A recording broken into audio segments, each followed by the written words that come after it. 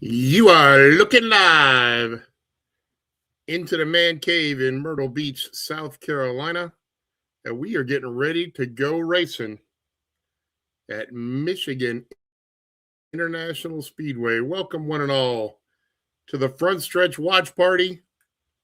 I am one of your hosts, the grumpy old man, Mike Neff.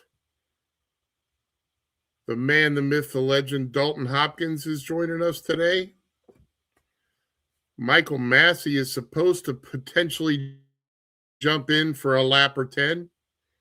And Mr. Brian Nolan, I believe, is out cutting grass right now, but is hopefully going to join us for the last stage or so. So we're going to have a parade coming through today, which will be kind of fun. We'll see what goes on.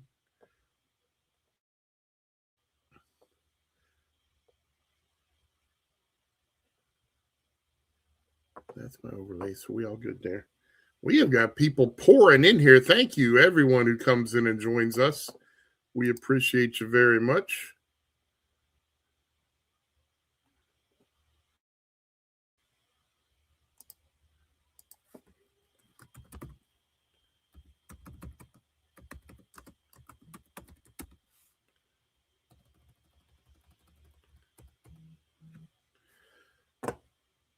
We are getting ready for a whale of a race today. This is arguably the fastest track we go to. I know Daytona and Talladega can be faster, but the way they choke the engines down at those tracks, it's honestly Michigan that tends to have the highest speeds during the season. Why is this not going the way? Ladies and gentlemen, groaning his way in, Mr. Dalton Hopkins. Hey, brother. As I do often whenever I enter anything. What is How you doing, Mike? I'm great, man. I'll have you know I've been I'm trying to get rid of this gigantic gut of mine. And so they have changed our work schedule at work that we're not allowed to get an hour of overtime every day. So instead of being lazy and coming in later, I am still coming in at my normal time, and I'm spending a half hour every morning on the treadmill. And so as part of that, to entertain myself, I've been playing the podcast, the Bringing the Heat, assorted front stretchy type things to keep me entertained. I did listen to one of the watch parties that I was unable to attend, which was fun having you guys ribbing me even though I wasn't there. The Watkins Glen one?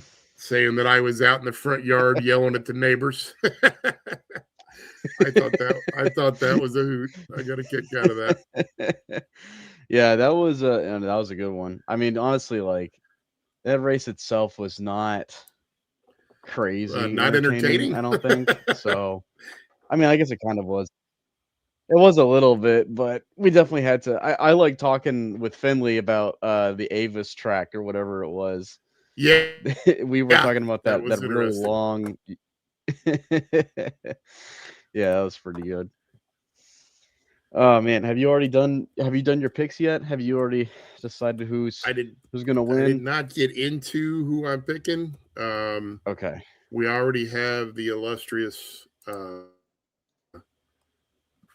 Marcus Villarreal on board with his weekly Chris Bell prediction. So he is in with that. Good afternoon, Brock Hayes. Good to see you in here, buddy. Glad to have you joining us from New Zealand. We always appreciate that. There's the Mr. Villarreal pick for Christopher Bell. John Ray is on board saying he thinks Kyle Larson is going to get it. Green flag is supposed to be at 320. I don't think we're going to get there. I guess it'd be more like about 323 or so because they haven't even rolled off pit lane yet, I don't believe. Yeah, I was going to say they're not even doing pace laps yet, I don't think. And then Big Tig, Atlanta? I wonder if he's talking about speeds. But nah, that's a little too choked down. The other man, myth and legend, Billy Sellers, is in the house. Good seeing you, buddy. He's picking Kyle Larson as well. There you go. So yes, Big Tigs was talking about speed. Yeah, that's a pretty. It's a pretty safe. It's getting pick. there, but who you going with, brother? Man, so I'm going down the leaderboard. Honestly, I think today, I think it's gonna be another Toyota. I think it's gonna be Tyler Reddick that does it. I think he gets a 6th win of the year today. He was really fast in practice. I'm with you, man. He didn't have the qualifying lap that he needed, but he was pretty fast in practice. Yeah, I'm with you. And they had a little blurb about him in pre-race stuff, and he seems extremely confident, which most of the time he's not, which makes me think he must be really fast if he's even confident. Dale Campbell is also on the Seabell bandwagon. He's going to have to work at it. He's got plenty of time to do it, but he's coming from the back, so that's going to be interesting. Yeah, I'm going to get the leaderboard up here. See if I can find.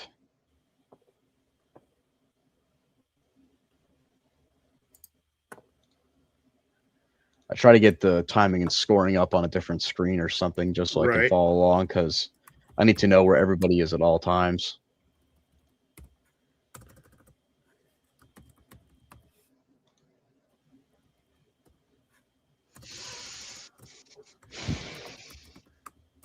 I gotta say, I remember there was a time with this track where they would be hitting like 215 at the end of the 2010. Remember when Waltrip dropped 2010 on us?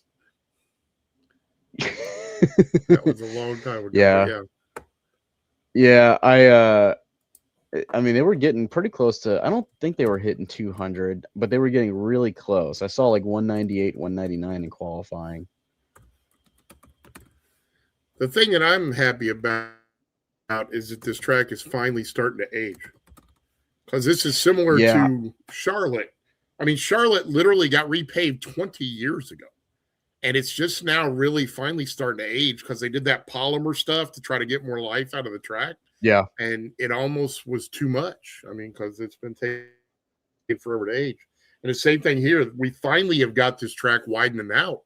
It's only been a couple of years that we've gotten back to even 2 lanes, and now we're up to 3. So, yeah, we're finally getting back to where we should be with Michigan. Well, what I think I really miss is, and unfortunately, I mean, they kind of captured a little bit last year, but it was just the fuel mileage aspect of it. This race used to be a really big fuel mileage race, and strategy was really key. That was the biggest thing. And now with these stage breaks, you don't really get that anymore. I mean, you kind of did last year a little bit. What's that? I said, and then we got stage breaks. Yeah. You kind of got it a little bit last year, but I think I don't know. I'd like to see that kind of stuff again. I don't think we don't need like a restart with like 5 laps to go to make this race interesting. I think a decent race for fuel mileage is what usually has made this track pretty good in the past. And this was who's the defending winner of this? Was it William Byron that won this last year? I need to look up. Let me look up on Racing Reference. I'm sure somebody's screaming at the screen right now, going, "Yes, yes." So I see you getting settled in. There's stuff in the background. Oh no, it's Hamlin.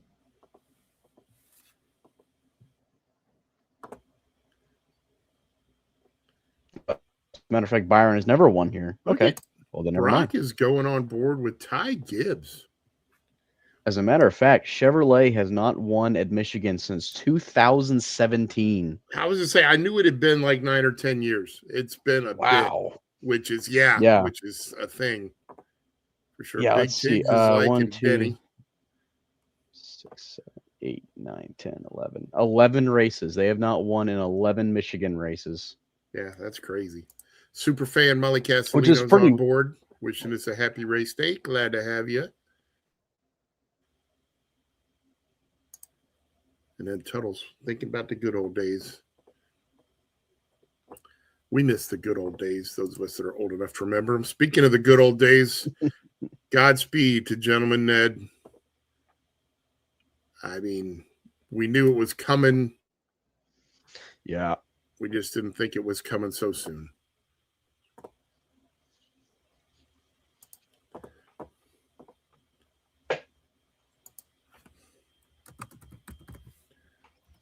There's been a lot of there's been a lot of passings in this sport for sure this year so far. It's been this year, absolutely.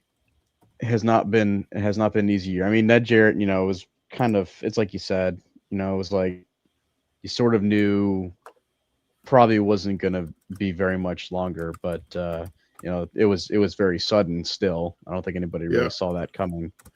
Yeah, we hadn't heard that he was like in the hospital or whatever. Right. Yeah. Don't look all now. Right. I don't know where you are. Air. Green flag is in the air.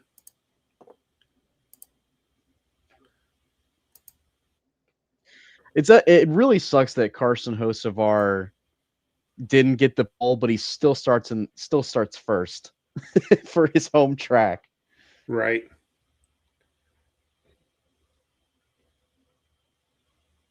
But he doesn't get that credit.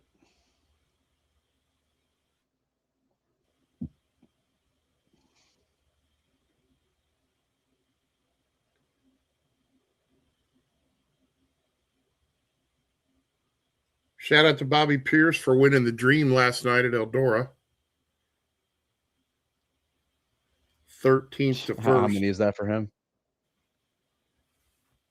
I think it broke the streak. Jonathan Davenport had won 3 in a row at the Dream. Oh yeah. I don't know that Bobby Pierce had won it before this year. I may be wrong. Really? I had to check on that. Nick Hoffman came 15th to 3rd. Those two were battling it out for the points this year. So that's and Carson Hocevar continues his stellar rookie season, bringing out the caution flag on lap 3. Oh, you're ahead of me. Oh, am I? I'll have to adjust. I thought you said Carson Hocevar did that. I did. It's Connor Zilich. My bad. I don't know why I said Hocevar. That's a nice looking car, though. That's a really nice looking car for Connor. Absolutely. He'll be able to continue with that. This is where you're supposed to turn it left and lock it down. Where did Riley Herbst start? He's up to 8th now. I mean, I know it's been only a few laps, but I could have sworn he started outside of the. Yeah, he started 12th. He's gained 4 spots already. I was still working on putting that together.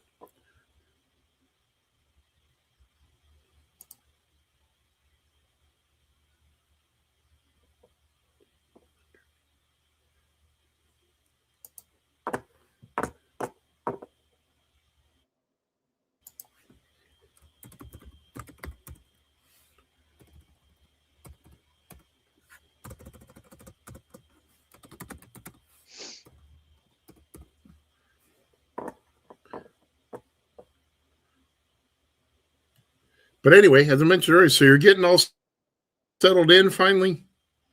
Looks like you got stuff in the background. Yeah, for the most part, there's still stuff I got to do. We've been pretty busy. We've been out doing a lot. We were out in California for the last 5 days, going out and seeing some of the sites out there. We went out to Disneyland but yeah, I've just been traveling so much. I mean, was in Charlotte literally right before that. So right for that weekend with Kyle, the whole Kyle Busch thing. So, but yeah, I haven't had a whole lot of time to. The thing is that there's just not a whole lot of room in here, Mike. There's not a whole lot of room to move stuff around. So I have to kind of finagle some stuff in.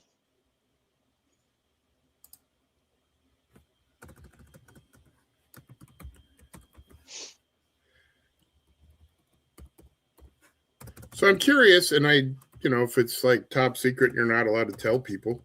I understand, but do you go to drill at the same place whenever you go to drill, or do they send you to different places? It changes. I mean, it doesn't really change. I do go to the same place every time, but with my particular unit, we will go to somewhere different. Like for example, I was in Fort Dix for about a week or so, and then the month before that, I was in our usual drilling spot. So, which is in Maryland. So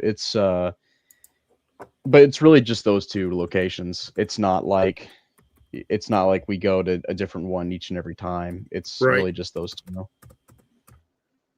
Well, that's cool. Yeah, I mean, I guess. I don't know. I could definitely use some time off of flying. I'm going to be honest with you. I've definitely gotten to a little bit too used to flying. I'm kind of tired from doing that so much because as I'm looking at the San Diego ad, I'm going to go there in 2 weeks and go experience that, which I am excited for. Don't get me wrong. Enjoy that landing. Yeah. Enjoy that landing. That drop into San Diego Airport is fun because you come over some mountains and you drop down to get to that airport. That's a good time. Yeah, I'll have to. Yeah, end up looking out for that. So I take it you're going out for the road course? Yeah, that's correct. Yeah, I'll be there for the street race. Look at you. So I'll be doing the coverage. I'll be there with Brian. So I'll be doing the coverage out there and I want to try to get some stories. I'm working on one particular story regarding some areas on the base, and hopefully that'll come out. So while you're there, see if you can get the story on the protected tern nesting ground.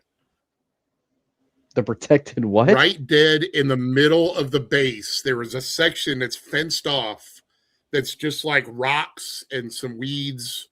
And it's fenced off because somebody in like the 60s saw some rare tern put a nest there. A tern? So it is a tern, which is a seabird. And so they have this section like fenced off in one of the most expensive pieces of real estate on the planet for this bird that apparently was spotted like 40 or 50 years ago building a nest there. I had no idea about that. Yeah, that was one of the things. My ex-brother-in-law was in the Navy as a helicopter pilot, and he was stationed there. And so went out to see him for his wedding and for a trip. And yeah, he told me that whole story that he's like, I can't believe we have this piece of property that makes us have to juggle around and do weird things to exist out here because some bird was spotted there making a nest. We were out in California this past weekend. Actually, we actually saw 2 Blackhawks and 2 little birds fly over, and my fiance was like, "What is?" She was like, "What are they doing?" I'm like, "I don't know. They're probably doing some exercise." And she was asking where they're based out of, and I'm like, "I assume Coronado, because I mean we're only about 2 hours away from the naval base." And I go, "I assume Coronado," and sure enough, I actually saw a story. I think yesterday, where it turned out that it actually was, I think it was, I really want to say it was the SEALs, because they're stationed out there, but it was the SEALs and then 160th Night Stalkers doing exercises, and they flew over Disneyland where we were. So nice. Yeah, that was I thought that was pretty interesting. My ex-brother-in-law was the certification officer for his squadron. And so when guys would get certified, they had to fly certain amounts of time continuously and whatever. And a lot of it was like just over an hour. And they could go wherever they wanted to. But it just so happened that Vegas was just over an hour away. So he's like, most of the time when they had to do that leg of their certification, they would always choose Vegas because they could fly up and hang out in Vegas for a little while and then fly back. We are back to for a pass there. Now here comes Elliot.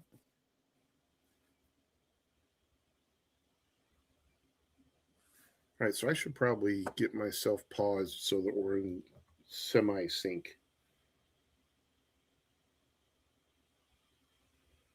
So they are going into turn 1 on lap 9 right now. So when they get there for you, let me know. Yeah, I will. Yeah, you're like 10 seconds ahead of me. Hold on. It's coming. It's coming right now. Beautiful. Awesome. And let's hope the internet stays good for me this week. Last week, literally right at the end of the watch party, like I completely lost my internet. Oh my. Connor Zilich again. Just a day right here. That'll do it. Come on, That'll dude. end it. We got to have a meeting. Turn it left, lock it down. Obviously, he hasn't had that discussion because that's the second time he was turning right and it ended up having a negative impact on his day.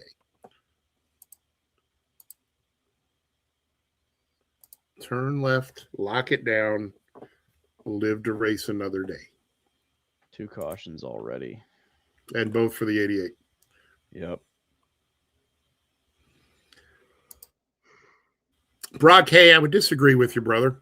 Says Connor needs to go back to the O'Reilly series. He can make his spot starts there, but he's got the skills. He's just got to, A, learn this car, and B, get his team, i.e. Trackhouse, to be better. Because barring SVG, everybody else is struggling, kicking butt.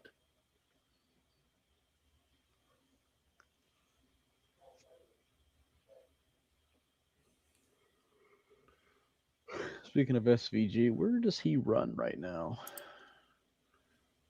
22nd. Big Tigs. Unfortunately, Big Tigs, that's the nature of this car. We have to make hay while we've got them bunched together because once they get strung out, it's super hard for them to pass. Although hopefully the way the track is aging in Michigan, we're going to get a little more passing going on. Seemed like we did in the truck race yesterday for sure.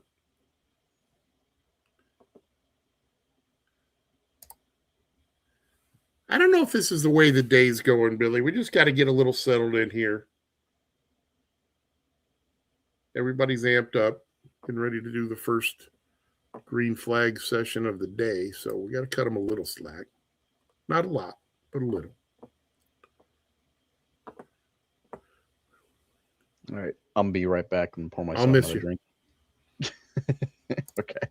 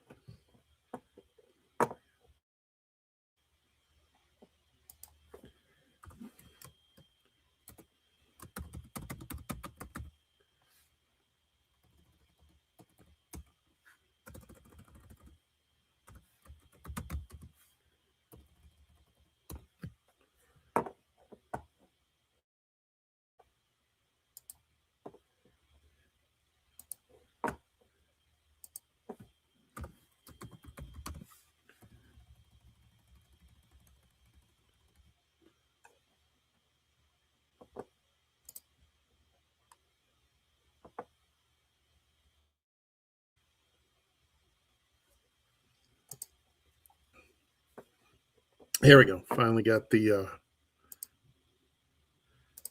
starting lineup put together.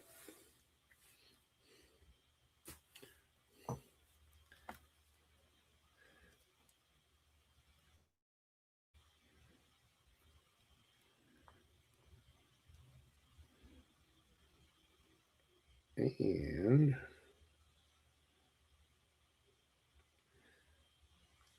since we got that together, you got to remember, if you're looking for tequila that's additive-free, small batch, 100% blue agave, born in the highlands of Jalisco with no fake flavors, no BS, you want to meet Billy's Tequila.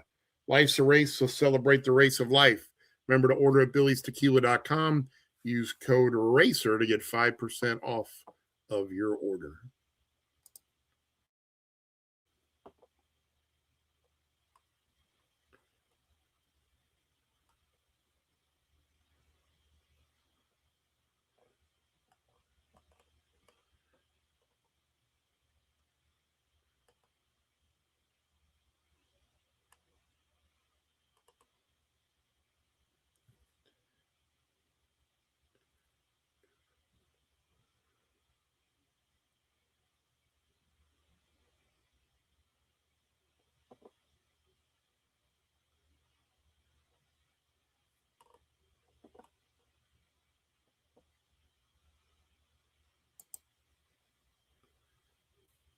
There it is. I had to find the other Billy's Tequila logo. Zilich going in on the hook. Flat tires from sliding so far across that asphalt.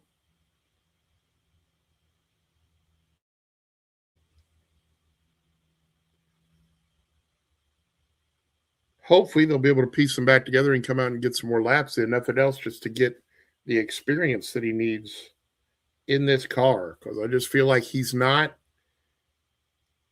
getting the feel for this car yet. I may be wrong.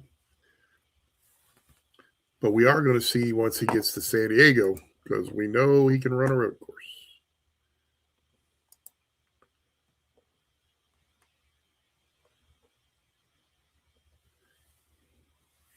And I actually feel like he should do good at Pocono too, just because the varying corners, I feel like, make you be a driver. And he's a driver. He's just got to be in the right scenario, and he's not. Between the car's performance and him getting used to the car, he's just not there yet. But he'll get there. I think he's going to be one of them that we're going to be watching for a while.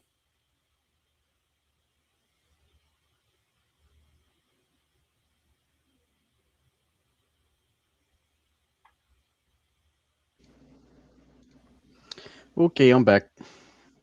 Welcome back. All right. Now the question is, can we make it through 3 whole laps? 5 or 6 laps without a caution. Yeah.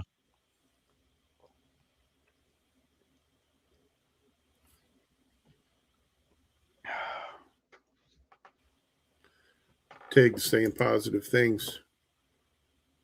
In the O'Reilly series last year, Mr. Zilich was a winner at Pocono. So as I was just saying, I feel like Pocono is going to be a shot for him. But I'm hoping to get him fixed up so he can get back out here and turn laps. Because I really feel like he just needs to get more laps in this car so he can get the feel of it.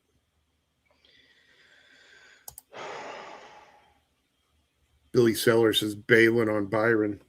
I'm telling on you, Billy. Why are we still doing caution laps here? Because what are we waiting on? Just got the car into the garage 4 laps ago. What do you want? You're right. Yeah. And I can't remember. Was it you or Caleb this week that was talking about? I think it was Caleb was talking about stage cautions. And he's in my camp, and I'm glad to hear it. Because I love stage racing. I despise stage cautions. I don't know why. I don't think very many people would disagree with you on that.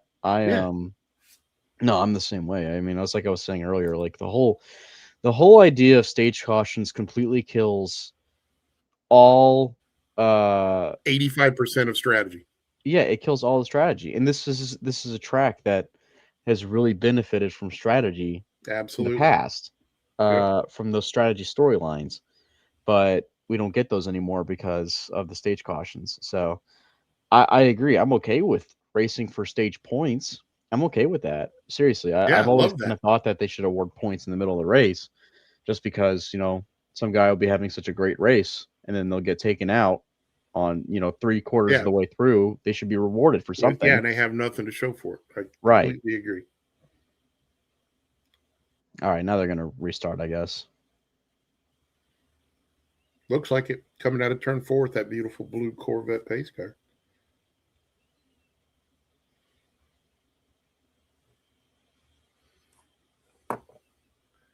I forget. I was going to say something, and I was waiting on you to come back, and I forgot what the hell it is. You Welcome were to going to talk old about age. how Riley Herbst is sitting 7th right now, and how he's going Oh, to you win know what's today's going to race. happen. You know he's going to win a race now that it's basically guaranteed he's not coming back. Oh, that was actually what I was going to say, though. Thank you for it. Spawns off of that.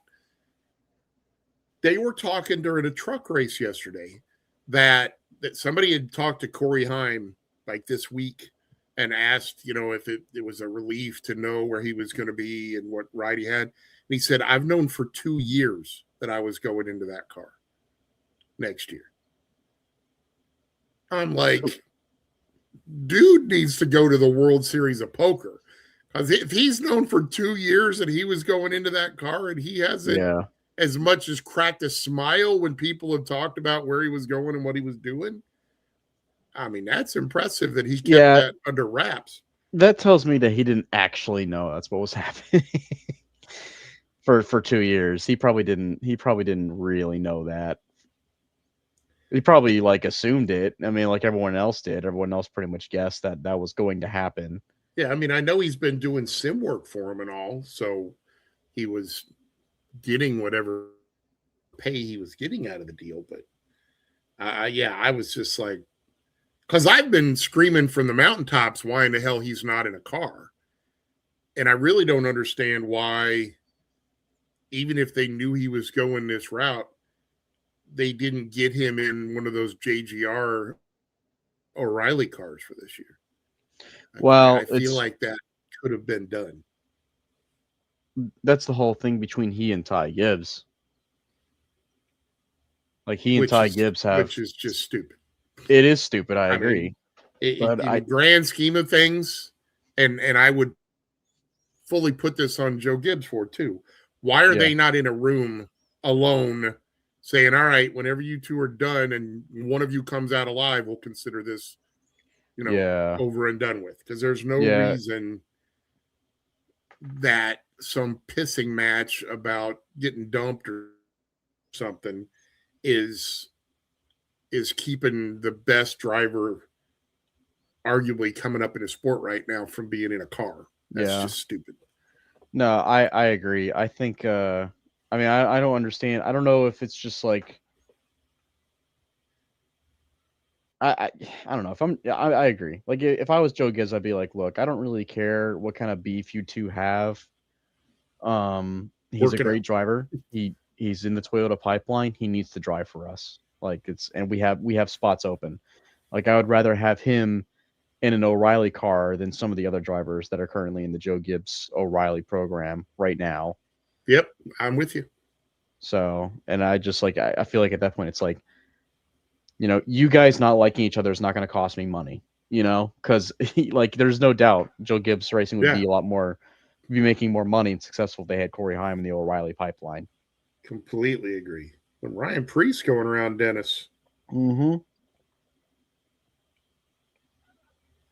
Wow. What happened to did Denny pit? Did I miss that? As far as I know. I mean, okay. Again, I don't have the volume up to hear it because we get yelled at if they can hear the volume on our broadcast. But they were showing him coming up the backstretch, and there were a lot of cars in front of him, which made me assume he had to go in for a pit stop. Speaking of pits, we're 20 laps in. Tyler Reddick is your leader by 0.7 of a second over Carson Hoseaver. Tyrone Gibbs is in third. Chasse Elliott's in fourth. Carl Lawson is in fifth. And now they just took down my scoring pylon. So you with the scoring. I don't worry. I do have it. Bubo Walache is in sixth. Zani Smythe is seventh. Daniel Suarez, eighth. Chris Blesher is ninth. And then you have Relay Herbst in 10th. Bube Waleche. That is fabulous, my friend. I had not heard that. That is magnificent. Bube Waleche. Look at Joseph Logano getting inspired today. Joe Bro Logano. Because Logano started 18th. Yeah. And he is moving forward. He's in 11th. I can't remember who said it, but somebody was talking about this race in Michigan and how Michigan has been a pretty good track for Logano in the past to put on a good run where he hasn't put on a good run. Like if he's having a really bad streak, like he usually comes to Michigan and does well. So there you go. He might have some today. See how that goes. Because there is no doubt he has not been. He's been having a horrible year. Speaking of camp, Big Tiggs, yeah, asking about rigs in a Cup car next year. Apparently, that has been talked about. I have heard some rumors zipping around about that. My concern. I feel like if it's going to happen, it would be McDowell retiring and him going into McDowell's car. I mean, I imagine he's in the Ford pipeline. I wouldn't think that Ford would give him up that easily. He's clearly the best Ford driver in the lower tier series right now. So I don't really know if I don't know if they're going to give him up like that so he can go to Spire or something. I think that's when you start taking a look at the FRM cars. You start looking at the right. Maybe not Penske, but at the same time, Austin Cindric doesn't have a contract. No, he does not. That's true. I would be rather shocked to see Mr. Cindric leave the Penske fold. I would be too. I can't imagine that, but I really want to say his job is safe. Just because of the Cindric. I feel like it is. Because of Cindric participation You're right. in the overall thing. So, and I know Tim got his let go last year, but he's back again now. He's a strategist again. There's a reason he's back, you know? Yeah. A message was sent, message was received, but they were not letting him go anywhere else. That's why he didn't get a new job after he left Penske. So I would hate to see it, but my other worry would be Josh Berry. I mean, yeah, that's a good pick. It's been just horrific luck for him this year. Mm-hmm. And I love the fact that he's the late model guy that came all the way up. I mean, I'm gonna champion that as long as I can because I love that that's where he came from and he got it by racing his way there. Yeah, the old-fashioned way. And honestly, that's one of those things where I honestly wonder about Connor Hall. I feel like he's one that's going to start working up the pipeline pretty soon. I also was hearing after Denny gets out of the way, Brent Cruz is the favorite to get in the 11, which I think would be a really smart move by Gibbs. Yeah, and I think you let Brent stay in that. You just let him stay in that 19 car for like the rest of this year, maybe, and then leave him there for next year. Yeah, I would like to see him run a full competitive season in that 19 car. Right. I mean, he kind of already is, really. I mean, he's going to make the chase. So, speaking of making the chase, why is Corey Heim not allowed to make the run the trucks? Yeah. I don't. Yeah. I don't understand. Yeah. You're racing. You got the points that justify you being there.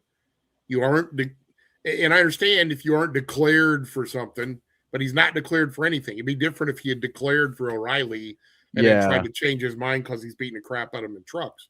Right. But your points would get you into the chase. You're obviously running well enough. I just same thing with them denying Corey LaJoie. Yeah. I'm like, what? You're taking somebody that's a popular person in the grandstands that could bring more eyes and more talk about your sport. Why screw around with that and not let the guy be on the track? Yeah. I don't understand. I think it's like you said, like I don't understand why if he was already declared for another series, like okay, I kind of understand that. But yeah, 100%. I mean, I would completely back that up. He's got more wins than everyone else in the truck series right now, and he's not even full time. Right. I don't know how you can justify not letting him compete for points. You know, I don't mean. I mean, to be fair, like, why didn't if he's not declared for any points, is he really not declared for any points right now, or is he? As far as I know, he's not. Look, I'm looking in the cup Because series. that's why Yeah, that was the reason they said he couldn't do it. yeah, he's not declared in cup. He's definitely not declared in O'Reilly. So yeah, he's not declared for anything. So I don't understand what. Yeah, man, I really don't get that at all. Exactly. It's incredibly confusing.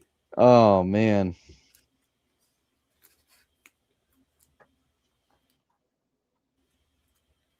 So why is Hocevar getting such horrible gas mileage?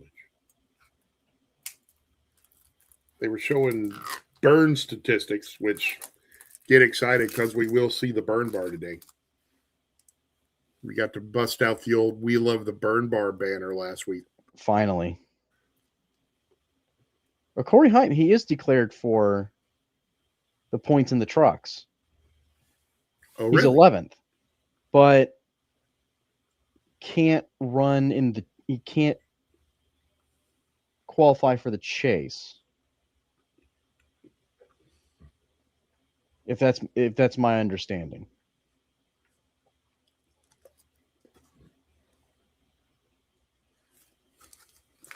I don't know. That whole situation is really, really confusing. Completely agree. Yeah.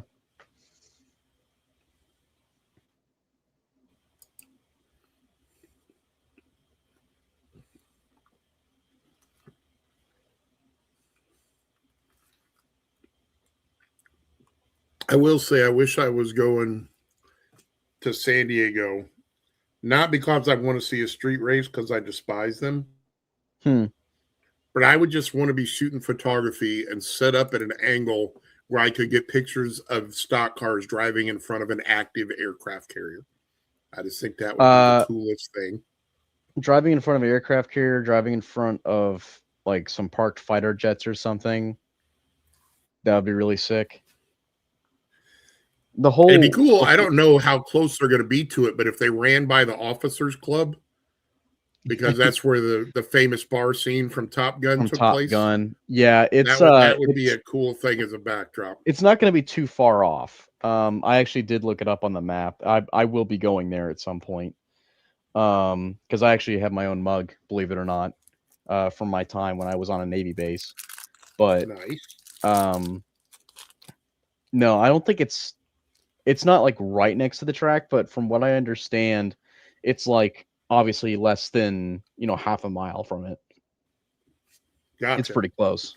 Yeah, that was cool. I got to go there when my ex-brother-in-law was getting married. That's where they had the rehearsal dinner. Mm-hmm. So we had the rehearsal dinner in the officers club on Coronado Island. Gotcha. That was really a cool experience because you literally, and they didn't show it in the movie, but there's a whole big wall of plate glass windows where you get to watch fighter jets coming in and taking off. Oh, that's right cool. From the club, man. It's very cool.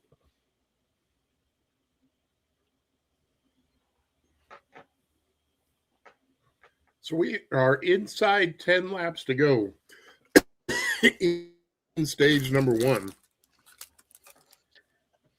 Frankie saying Tractor House is back to providing dog crap cars to their drivers again. Frankly, where do they run? Obviously not a big fan of the Tractor House. Wow. He's not wrong, though. SVG 100%. Ross Chastain 35th. Man, Chastain is way off. What on earth is going on with him? 31 seconds behind. He's barely ahead of JJ Yaley. Yaley's actually he's only 0.2 seconds behind him in 36th. Yeah, and Van Gisbergen is basically where he started. They haven't moved forward or backwards. They're just sitting there.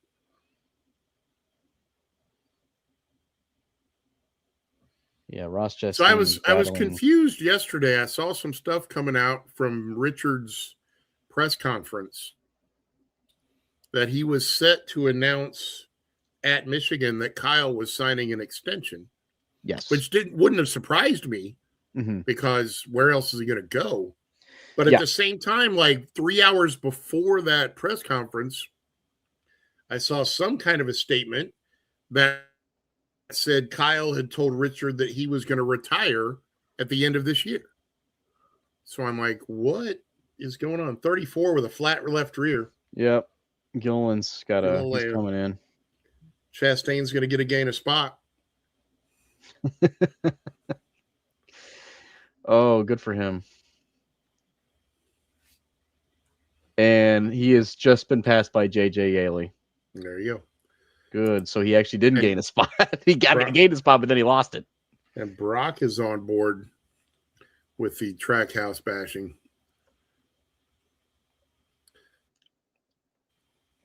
So the question is, how important was Pitbull to that operation? That's my question. Yeah, I don't. I don't know, because I feel like the thing is, I don't know if it was a Pitbull thing leaving, because they still had speed at some points last season. They still had some moments. I mean, they won the 600, but they still haven't really. I don't know. I just feel like that they are. There's something else going on with that team, because back in 22 and 23, makes me wonder if it was like a Roush thing from back in the late 90s, early 2000s, where somehow, actually I think it was more like late 2000s into 20 teens, where they got their simulation software incorrect. And so they were doing all this simulation work and all this testing on the simulation, and they had some factors in there wrong. So when they put this stuff on the track, it didn't perform like it did in the sim. And they literally went like an entire season before somebody figured out what was configured wrong. It was really weird. Yeah. So it makes you wonder, though, because they're consistently putting crap cars out there. Yeah, it's really bad. And I'm with GG3. This new Chevy body apparently is a challenge, because, I mean, let's face it, Hendrick ain't running that great either. Yeah, I mean, so Kyle, their star driver is getting passed by Zane Smith right now. Yep. Which isn't really, I mean... Hey, shout out to Zane Smith. He's in 6th. Yeah, Zane's been running really well the last few weeks. He's been very impressive. 4 laps to go in the stage. Like, I don't think it's that far-fetched to start thinking, like, maybe we're going to see a Zane Smith, win before the end of the season. It could happen.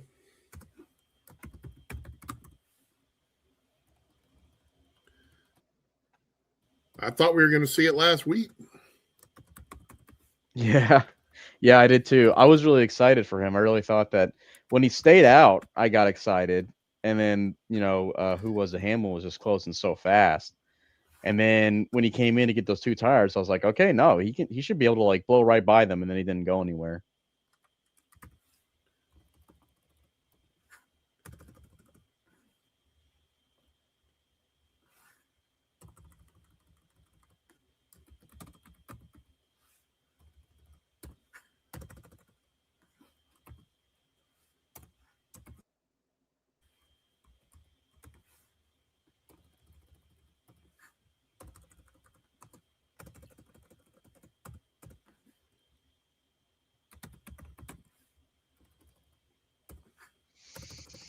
Noah Gregson up in 11th. He's having a decent day. He keeps having days like that where it's not like noticeable per se, because he's not way up front, but he's having serviceable days for sure.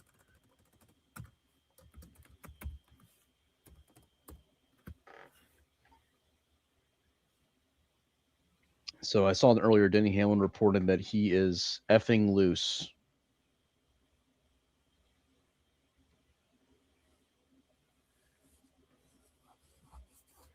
Final lap, stage 1. Chastain trying to stay on the lead lap. Well, why not just let him go by? You're gonna get the free pass. Yeah, but it gives you the chance to maybe gain a spot on pit lane. I guess. I mean, I don't know. If I'm that team right now, I'm kind of thinking, what's even the point? Riley Herbst in the points. Busher, Stage Herbst, 1. Suarez. Look at that. Continues to get better. Looking better and better as time goes on. Good for him.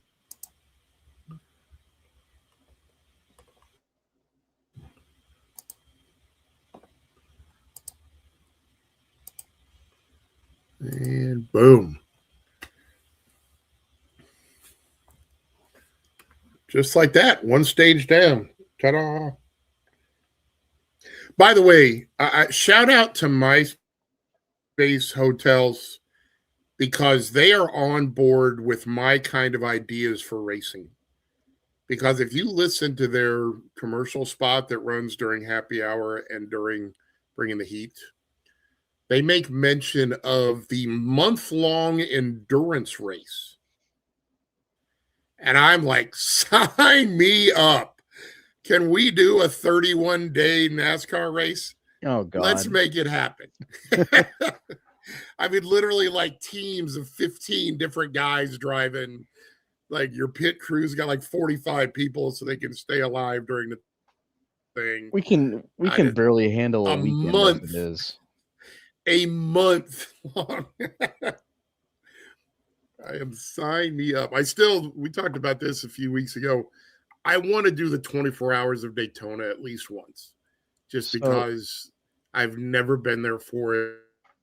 And I'm one of these guys who will be up all night on freaking, Surge Cola and No-Dos just cranked up. It is a lot of fun. I will say I definitely respect those who are able to actually stay up for the whole 24 hours because I have attempted it and I cannot do it. I will probably make it to around like 4 or 5 a.m. and then I'm just like, oh man, like I've gotten to about I've gotten to about 8 a.m. before, but it is really, really hard after that. And I kind of think, I'm like, I don't know if I can make another 5 hours. It's tough. I don't know. Once the sun gets up, you're all right. It's that hour of light right as it starts to get light, but the sun's not up yet. Yeah. That's when the real struggle happens. That's the moment when it's really difficult. So apparently, according to NASCAR Insights, that was Tyler Reddick's first stage win of the year. Really? Really. According to NASCAR Insights, everyone else is kind of saying the same thing. I thought he had a stage win a week or two ago, and they tried to pull that stat out. Yeah, Tyler Reddick gets his first stage. Yeah, Xfinity Racing just reported the same thing. First stage win of 2026. Wow. That's wild. How the hell does that happen? You surge at the end of the races. Brock Hay, thoughts? Brock Hay coming on board asking about Project 91. I mean, I think the road courses are an exception. Yeah, it's a different animal. Yeah, well, I mean, just with the fact that with SVG, I mean, SVG is almost like a guaranteed win at this point. They clearly have the road courses. I don't think are a huge concern for them. I mean, except for Ross. Like Ross and like Connor's pretty good. I think he's had a decent race at Watkins Glen before it went away, but Ross, I think you could have some concern for there. But I think with Kevin Magnussen, it's really hard to tell like how good he's going to be. My guess is you got no idea. Yeah, my guess is serviceable. Yeah, my guess is like top 20, but I don't think he's going to be SVG, Chicago 2023 good. I don't think he'll be winning, in his very first start. I would agree with that completely. All right, we are on pit lane for stage 1 break pit stops. A lot of black and yellow cars. There are a bunch of black and yellow cars this weekend, or black and chartreuse.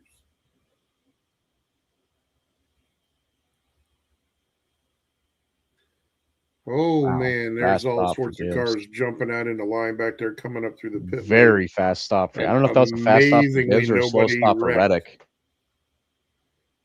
I think it was just a slow stop for Reddick. He'll lose 4 spots. He loses 4 spots. Gibbs leads him off pit lane. Wallace second. Elliott loses 4 Bar spots. Third. Busher fourth. Reddick is fifth. Zane Smith sixth. Larson seventh. Elliott eighth. Nemechek ninth. Joseph Logano rounding out your top 10 coming off of pit lane.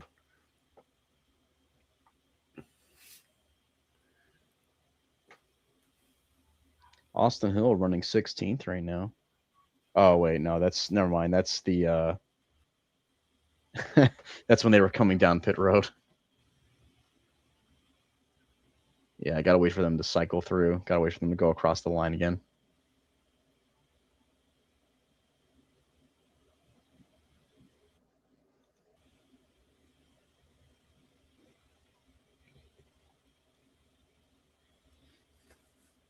So the only one a lap down. So Todd Gilliland's going to get his lap back.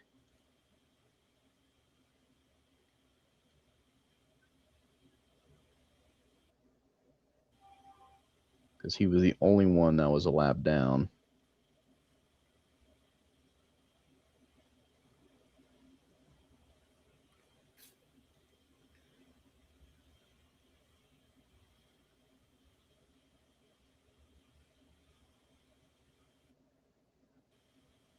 I also must have missed something happening to Christopher Bell, who is in 30th right now.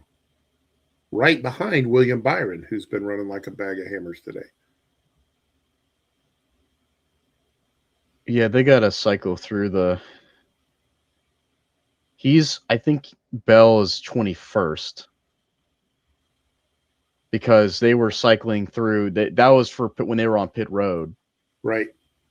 And they hadn't gone... The timing and scoring was off because everyone gets shuffled on pit road. Sure. But...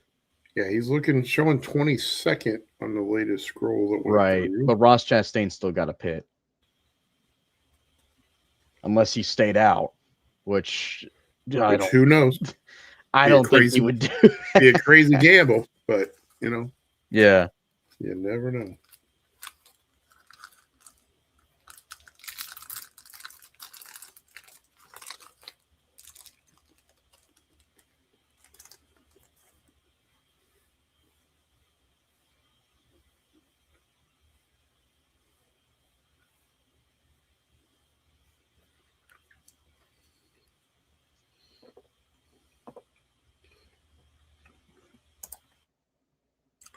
Dale Campbell always keeps us up to date on stuff as it's going on. JJ Yaley going to get his lap back.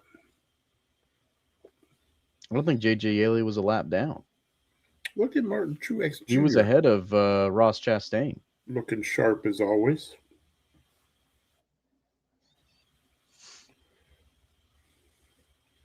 I'm on board with the LaJoy mustache. I think he's doing a great job.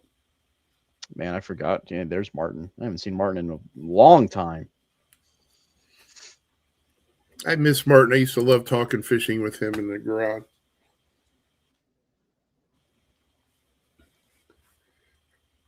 I actually fished against him a handful of times. Safety violation. Oh, no. You will start at the tail. Chastain did not pit. Oh, now he is. I don't know. Maybe he is now.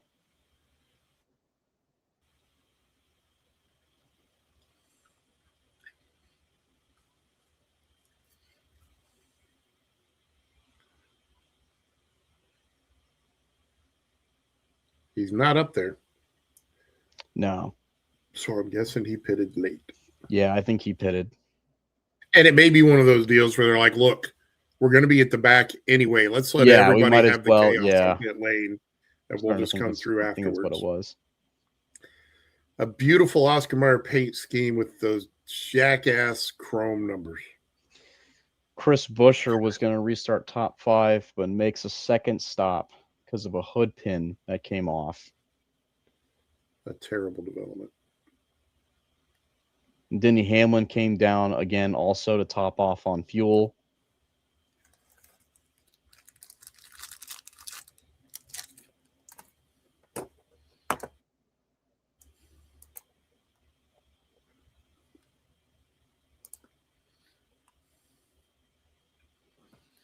So the second stage is 75 laps. Although by the time we get going, it will be more like about 68, 69 laps. But still, that's pushing it on a fuel window. Look at coming around high and handsome. Is that William Byron?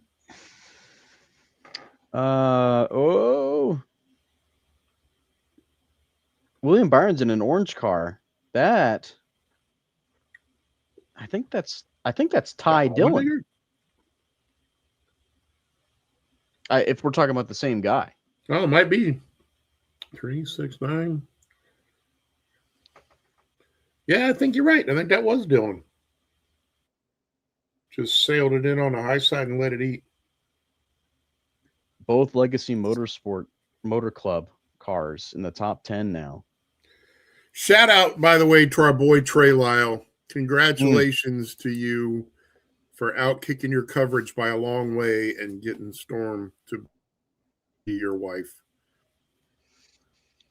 Best of luck to you two, boy, kids. Trey finally got hitched yesterday. I thought he got married last weekend, and then like Thursday, I'm seeing stuff about he's getting married this weekend. I kept seeing in our group chat where he's like, we kept saying like, oh, only single digits until you get married, and I was like, I don't know what day he's getting married. I guess we'll just get the photos when we get the photos. Dude has milked this marriage thing. Yeah, a little bit too much. Okay, I mean months. I mean, I'm like, dude. This isn't like women that have a birthday month. You don't get. It's like Trey. We get it. A marriage year where you just get to keep leaking this thing out. It's like we're having watch parties in March, and he's like, "Sorry, can't make it. Got wedding stuff to do." I'm like, "Dude, you're 3 months away from getting married. There's no wedding stuff to do that's that important. You can't." He's gonna keep milking it too. He's gonna be like, "Oh, geez, sorry, I got a wife or whatever. I got to plan a honeymoon. Now. We gotta fill out thank you cards today. We won't be able to do it." It wasn't even. According to him, it wasn't even that big of a service. It was only like immediate family members. It could have been bigger, but my invite didn't show up in the mail, so yeah. You'd have brought all of your family members too. I'd have brought a couple. Shot your 6-shooters wildly into the air in celebratory Absolutely. fashion. I would at least had him drinking a little bit. I mean, from what I understand, now mind you, he probably lied to us, but he had a bachelor weekend, not just a bachelor party. Yeah. It was a full weekend. And then he's like, yeah, we didn't drink. I'm like, who the hell has a bachelor weekend and doesn't drink? That's like the number one thing you do. Yeah, you should be in danger of alcohol poisoning in one night, let alone a whole weekend. That's outrageous. Yeah, it is. Trey Lyle. He is dangerously close to losing the man card. Dangerously close. We're glad we are on too, Billy Boy. We're glad to be here for you. And we're at 163 people watching right now. You know who else loves Frontstretch? We went over 550 people right before the end of the watch party. It was fantastic. I was so excited. You know who else loves Frontstretch? Cletus McFarland. I mentioned that. I don't know. Said that yesterday. How do it, but if we could get him to join the watch party on a Sunday, oh my God. No way. It would be amazing. I just got to figure out who I got to get in touch with to try. He's got Crown Vics to go launch off ramps or something. He's got other things to do. But it just, I mean, it's 3 or 4 hours. He can carve that out. I don't know. I got to find out. 3-way battle for the lead now. There's got to be somebody that does his PR. I don't know who it is, but there's got to be somebody. Hocevar back in the lead in his home track. Bube Walache in second place. Buba Walache. I am on board with that pronunciation, man. That is fantastic. You see all the fans waving their hats and everything. He was definitely some home crowd love for him. Dude, they'd go wild if Hocevar wins this thing. Oh yeah, they would. That would be a thing.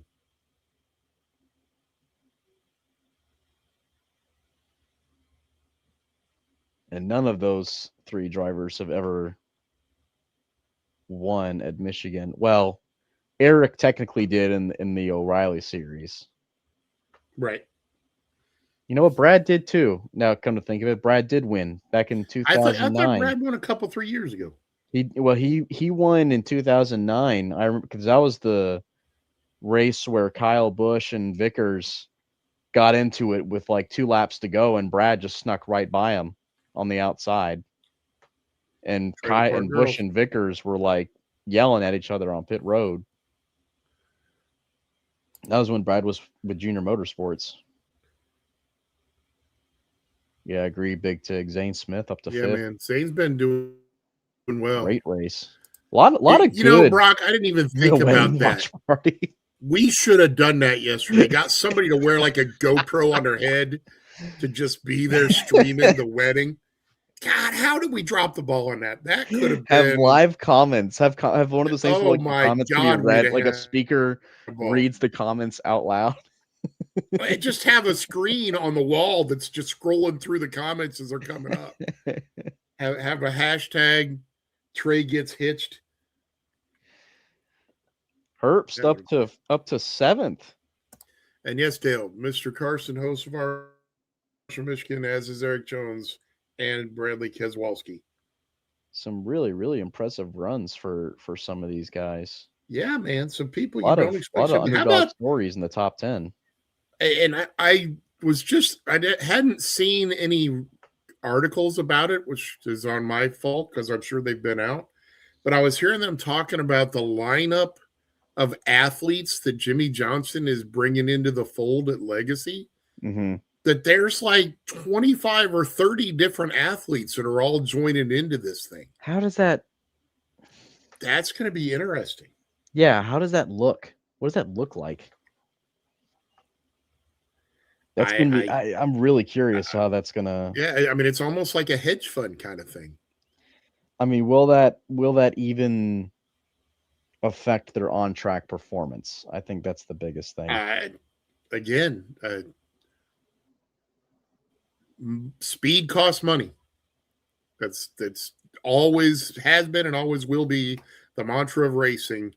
Is how fast do you want to go depends on how big your wallet is. Because the more money you got, the faster you can go.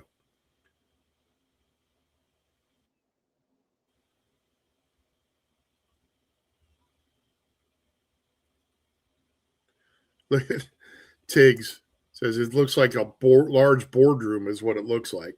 Yeah, they're going to have to have their board meetings like a basketball arena or something. Well, Lache is struggling here all of a sudden. Got passed by Gibbs. Now he's getting passed by Elliott. Yeah. Falls back to 4th. Still. Tyrone looking to get around Hocevar. Ooh, he might do it. I think he will do it. Looks like he's going to get there. Slide job.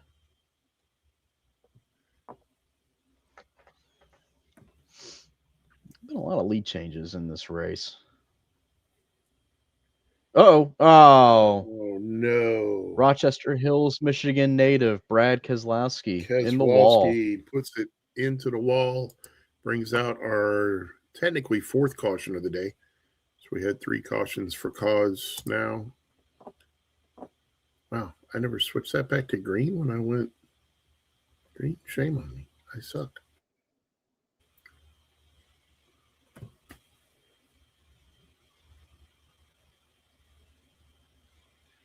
Left rear is down. Now the question is, that's the second left rear on a Ford. For a Ford. Yep. Curious. Briscoe's running 20th right now. I don't know about that paint scheme, man. That is an interesting green. Yeah.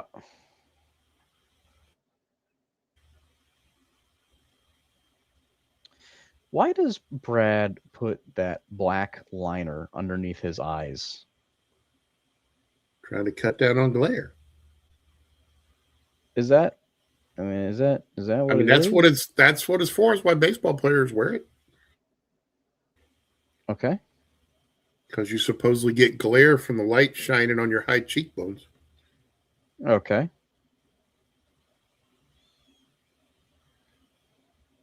But I will say, I do love the fact that Keselowski has somebody named Solomon Plumbing on his car. I mean, that just sounds old school. Like you got somebody that has a plumbing business around the corner from the racetrack to put their name on your car for the weekend. I Well, love that. I think they've had that sponsor. He's had that sponsor On a long time. Yeah, for a few races. Yeah. For those of you wondering, the record for most cautions at Michigan is 10. Oh, really? I was thinking it was more like 14 or 15. No, it's 10. At least when it comes to the Cup Series, and we are at 4 now. So we'll have at least 5. So we will have We'll at be least halfway 5. there. And we are at 8 lead changes as well. I wonder how many stickers they fit inside the cockpit of one of these cars on a race weekend. Do they factor the weight of those stickers? Oh, guaranteed they do. Did you ever hear Junior talked about that at one point on their super speedway cars back in the DEI days when they would have the onboard camera above the windshield and where it said Bud would be like an inch high and it was stickers piled on top of each other. And he said every like 3 stickers was worth like a point or 2 of downforce on the car. And that was why those things were so thick back in the day, because it was actually added downforce. Whatever they could do. Oh, and wow, everybody's coming in. I'm like, how does NASCAR not look at that and go, why is this giant stack of stickers on here? Because, I mean, I always noticed it when I saw the in cars, how NASCAR was never like, why do you guys have 27 stickers on the top of your windshield? Not like you're peeling them off.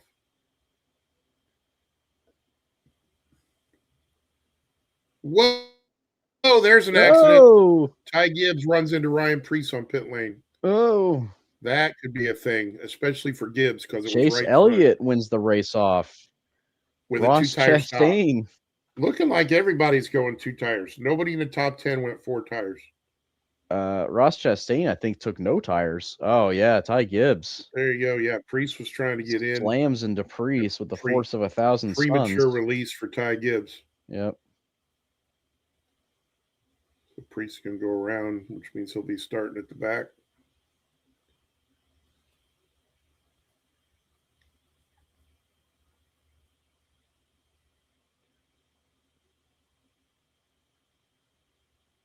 So now does Ty Gibbs have damage? He's got some damage. It's a matter of how bad it is. But it definitely looks like that right front is malshapen. Oh, Finley's watching. He just commented. Shut the front door. the one and only. If you go back and watch 79 Daytona 500. Yeah. You go back. If you ever get the chance to visit the NASCAR Hall of Fame, you will see the original in-car camera. And it was a legit in-car camera. I mean, it was a full-blown 50-pound beast that was ratcheted into the right side of the car.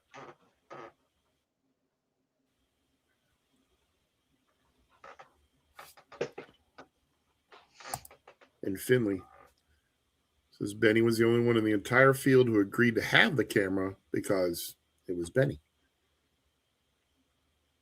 And Benny wanted the chance to see himself on TV. All right. I'm going to be right back.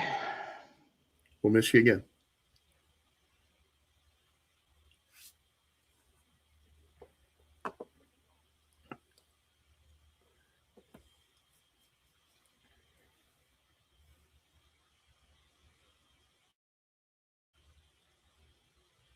So this is one of those moments that I have argued for years is beneficial back when they used to give you points for leading the race. Why, if you were somebody like JJ Yaley, you didn't stay out for a lap and get that point for leading a race every race on the first caution of the day, because you're routinely at the back of the pack. So why not get those extra points for 36 races? 36 points makes a big difference at the end of the season. That can be 2, maybe 3 spots in the point standings, if not more. And why people would turn that? Because I got into arguments all the time with Kyle Petty about that, when Kyle was running the 45 and he wasn't really competitive. And I'm just like, dude, why don't you stay out on the first caution every race and get that point for leading a lap? And he said, because it put us behind. And I'm like, you're behind anyway. You're running at the back of the pack. But he never agreed with me, because he's Kyle. So right now they're showing Ryan Preece trying to get into his pit stall. Gibbs running into him, and then he also glanced off somebody else there as well.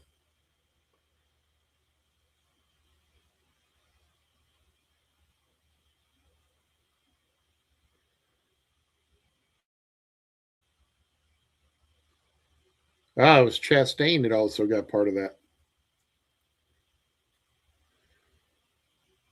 All right, so Gibbs did not come in to get checked out. So he's going to roll the dice and see what he's got coming back to the green here.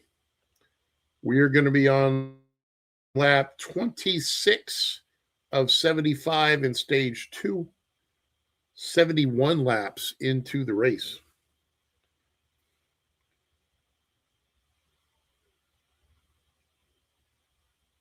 And when you're only 71 laps in a race, why wait for the party to find you? Bring it home. Order Billy's Tequila right now at billystequila.com. Get it delivered straight to your door.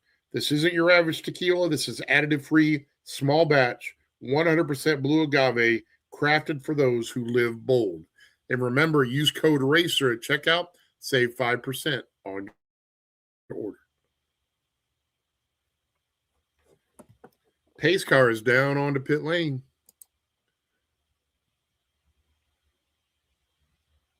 We are getting into I don't know who's that. I believe that's the ethanol fuel restart zone. And the green flag is back out.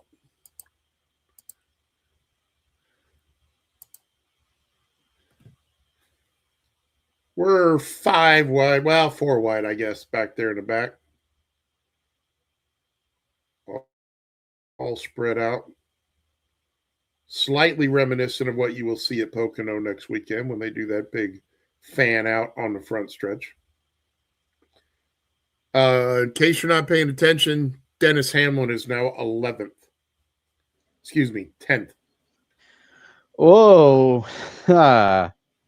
And now we have Larson and Elliott. Larson and Elliott at the front of the pack. Let's see what Clean Air does for their Chevrolets. Oh, God help the Riley Herbst and Ty Gibbs spotters.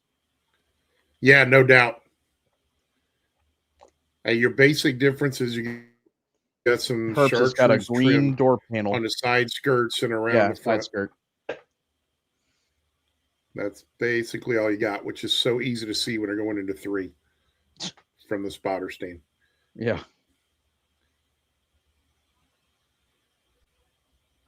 I remember, I think it was the 400, I want to say in 23, when it was Riley Herbst was running in the front row motorsports entry. He's in the 36, and Ty Gibbs was in the 54, obviously. And they both were, there wasn't any green side skirt. It was just both in the same exact Monster Energy livery paint scheme, just all black. And I think the only difference is that I think Riley Herbst had a green little logo underneath the side Monster Energy logo that said something like, like the no sugar or no sodium or low sodium or something like Right. that. Yeah, it was like one little minute difference that nobody would have ever been able to have seen from a distance. Oh, yeah. So Daniel Suarez up there battling for 11th, it looks like. Christopher Bell up to 8th. Bell is up to 8th, yeah. Yeah. Riley Herbst is in 5th, ladies and gentlemen. And Nemechek's in 7th. Several people having good runs. Toyota's looking really strong all day, despite the fact that it's 2 Chevrolets in the top 2. We want to say a big thank you to Rook. Wants to say thank you to us for his favorite non-official channel covering. Getting a lot of love this weekend. I really appreciate I feel that. like we're pretty official, to be fair. We well, are. I think, and I don't know that it's. I don't know that the metrics bear it out anymore. But for my first decade and a half, at least at Frontstretch, we were the largest non-affiliated racing site. Yeah, on the web. I think that's what he means. Now I don't know if we've been passed by like motorsport.com maybe. Yeah. Or Racer. They may have gotten up there on us, but for the longest time, we were one of the very first websites to actually get hard cards. I still have that hard card somewhere in my storage somewhere. I've got mine in my backpack's not in here, so yeah, I've got mine. I miss getting a hard card. I don't get that anymore.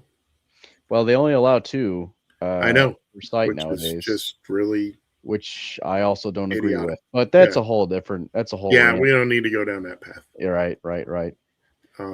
But I appreciate the kind words. We've had some kind words this weekend to us, and I really, really appreciate whenever anybody gives that, because we also equally get a lot of not so great kind words. So it's good to be reminded, like, hey, people actually do like the stuff that we do. And I do too. I love, I mean, like I said, this is 21 years I've been doing this for Frontstretch, and we've been in the trenches and we beat a lot of pavement. I worked hard for a long time to try and get our short track presence grown. I mean, I did a lot of summer shootouts live tweeting on a flip phone. You want to talk about a challenge? Oh, live tweet with a flip phone and another AJ Allmendinger, or no, not RFK, a colleague car. Another flat tire, but this time it's not the left rear; it's the right rear. That's a grisly scene on the backstretch right there. Ha ha! That was for you, Hopkins, because I know you like those. I try to do my best of the drumming solo there.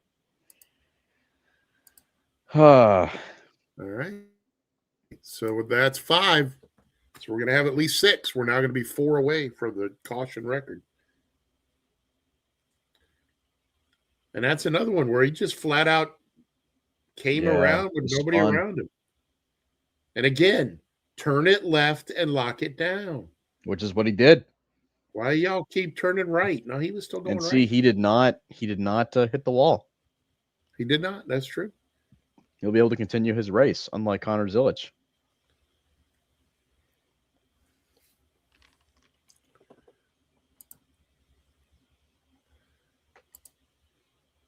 We're glad we're official for you, Rook. You get yourself some Frontstretch swag. I think we still have stuff that you can order. I haven't looked in a long time. I don't really know. I don't think we do, to be honest with you. I think maybe the hats. I'm not 100%. Yeah, we used to be able to order hats and the occasional shirt. Yeah, we had Did Michael Finley really just say he prefers popular speed? Well, I just don't even know. Well, that's Finley. He prefers a lot of things that some people don't. Yeah, the guy that pronounces his name Eddie Gassage. Gossage. Eddie Gossage. I mean, we've been pronouncing all the drivers' names completely wrong this entire day. I don't know about all of them in the Eliot entirety, but and I lead, like son to of Lars in do some of second. them because some of those are ones that I have actually heard a local news reporter use, like Logano. I've 100% Oh, heard good Lord. Logano. And then Carl Lawson. Carl Shout out to Lawson. Lee Diffie because I think that's Lee Diffie. You ever hear Lee Diffie call it? It's Carl Lawson all the time. I feel like that's just the inability. That's just his accent. I don't know if you could really blame him. It is what it is. Up to 12 lead changes now, and at 5 cautions, so we're only 2 away from last year's total amount in cautions, and we're 3 away from last year's amount in lead changes. So yeah, we're gonna go by the lead change one for sure. I do the Keswalski thing from the guy that does the AI voiceover stuff on the NASCAR clips. Oh my god, I love that guy. Yeah, I think we talked about that. I love those videos so much. And we need to get Joey Lagooner. We need to get that person to come join our watch party because I think that would be an absolute. I loved watching because he did those videos. It's Jackster. I think it's Jackster is his name. And he did a bunch of videos for the NFL and college football. Oh yeah. And he did a whole bunch of it was like Patrick Mahomes and his pet zebras, and the zebras were like his referees or whatever. And I loved him back then. And then when he started doing NASCAR videos, I was like, oh my god, this is perfect. I'm a big fan of Joey Lagooner. Yeah, that's a big one. That's a favorite of mine. Yeah, it's like, and I don't remember if he's the same guy that does the bad lip reading. Is that the same guy? Freaking hilarious. So I think it's the same guy, but I could be wrong. There's one guy out there that I like. See where that tire's going on that. Not to interrupt, but how far that went into that next box. Yeah. That infuriates me that that's not considered an uncontrolled tire. It's not a penalty anymore. If it leaves your box, it should be an uncontrolled tire because this rolling the tire deal is just out of control. Yeah. And then you get a penalty if it so happens that the gas guy from that box steps over the wall when the tire hits him. All of a sudden, it's a safety hazard. Yeah. Why is it a violation? Just because the guy stepped over the wall. Safety violation be called the last 2 years more than I ever have. Yep, I agree. And then I remember, what was it, like 5-6 years ago, before the next gen car, the uncontrolled tire penalties were insane. Yep. Like it was happening almost every pit stop. And that's what they should be calling on these things, because those are uncontrolled tires if it's outside of your box. I'll fight that battle. Who was it that got parked? No, I know it was Matt Kenseth, but what was it? He got parked and he was still racing. He's still trying to stay alive in the playoffs. It was like 2017 or something. Oh, with the damaged vehicle policy? Was that what it was? He was on pit road. And I think I could have sworn it was something like almost dumber than that. It was dumb because of whatever he had done on pit lane. They considered it some kind of a violation. Yeah, but I'm with you. It was Kenseth. It was crazy. It was like 6. It was like, I thought it was like they had 6 crew members over the wall, when really they should have had 5. And everyone was like, that should just be a regular penalty. But then NASCAR was like, nope, you're parked. Yeah, it was because it was a damaged vehicle policy while it happened or something like that. Maybe someone can. Really, maybe someone can. No, Finley said he hit an ambulance. I'm not talking about that. This is something else. This happened in Kansas or something. Yeah, this was in the chase or in the playoffs, and he got parked, and it was. Yeah, it was something I'm really talking about a different race. I'm talking about, this was I really want to say it was Kansas. It was during the playoffs. Yeah. And absolutely. He was he was in trouble. He was going to get eliminated unless he won the race or something. I think he might have been in a must-win situation. And he came down pit road and they did something that called a penalty and they just parked him.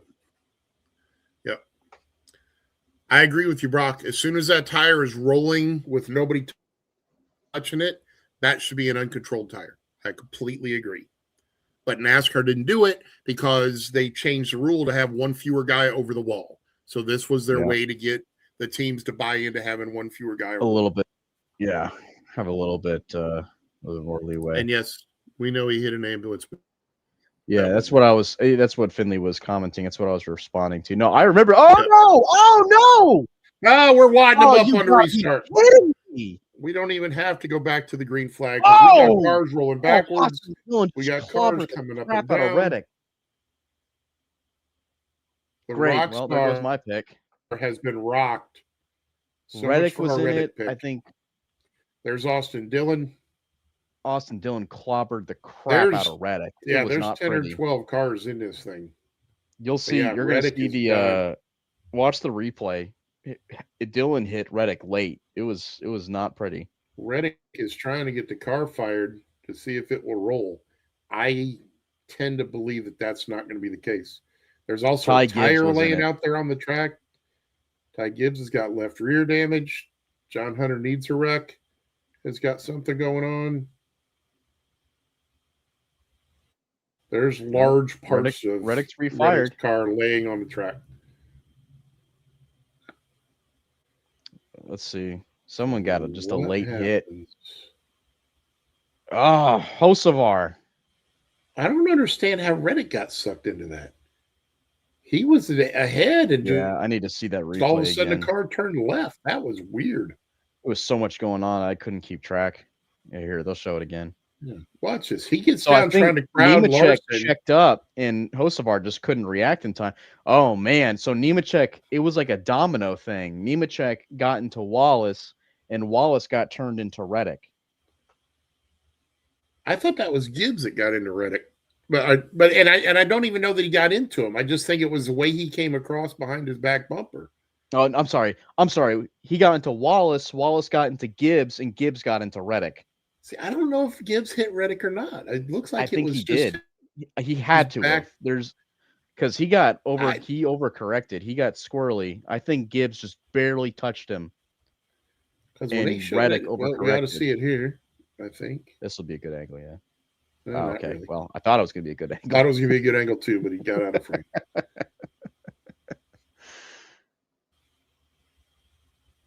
Yeah, I think this is a little too far back that you're going to see it here. Oof. I think.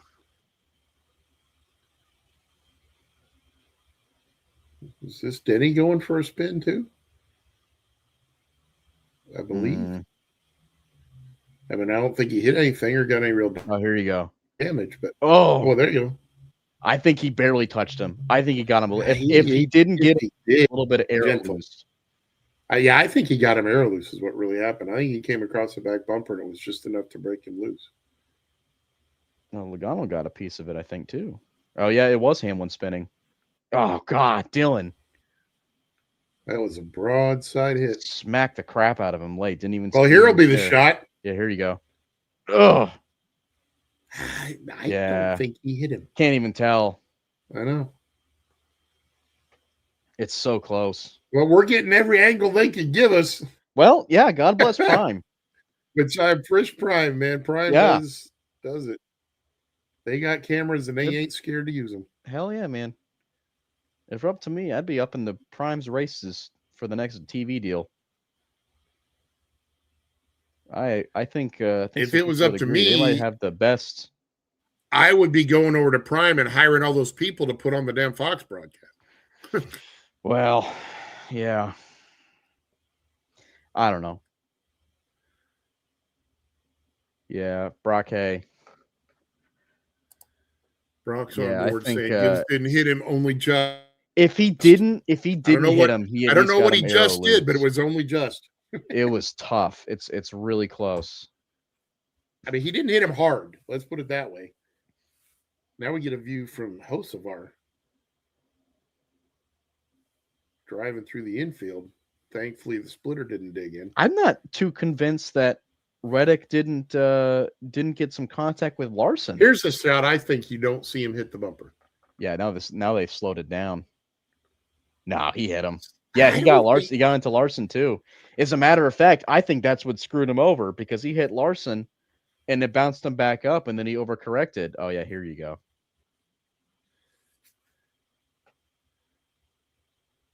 Here you go.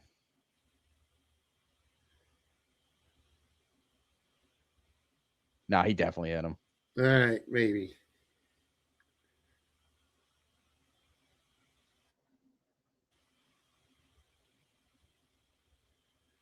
And I wonder if I mean, I know it didn't look like it was that bad, but I wonder if Larson's And I damage might honestly don't affect the think Dennis car. got hit by anybody. He is spinning right in front of the whole freaking field, and I don't think anybody touched him. Well, what's the what's the Alex Bowman joke that he said where he was like, who was he talking about? Was it Landon Castle or something? Or he was like, only Landon Castle could see a wreck in front of him, and he could say, "Hold on, guys, I want to join in the wreck too."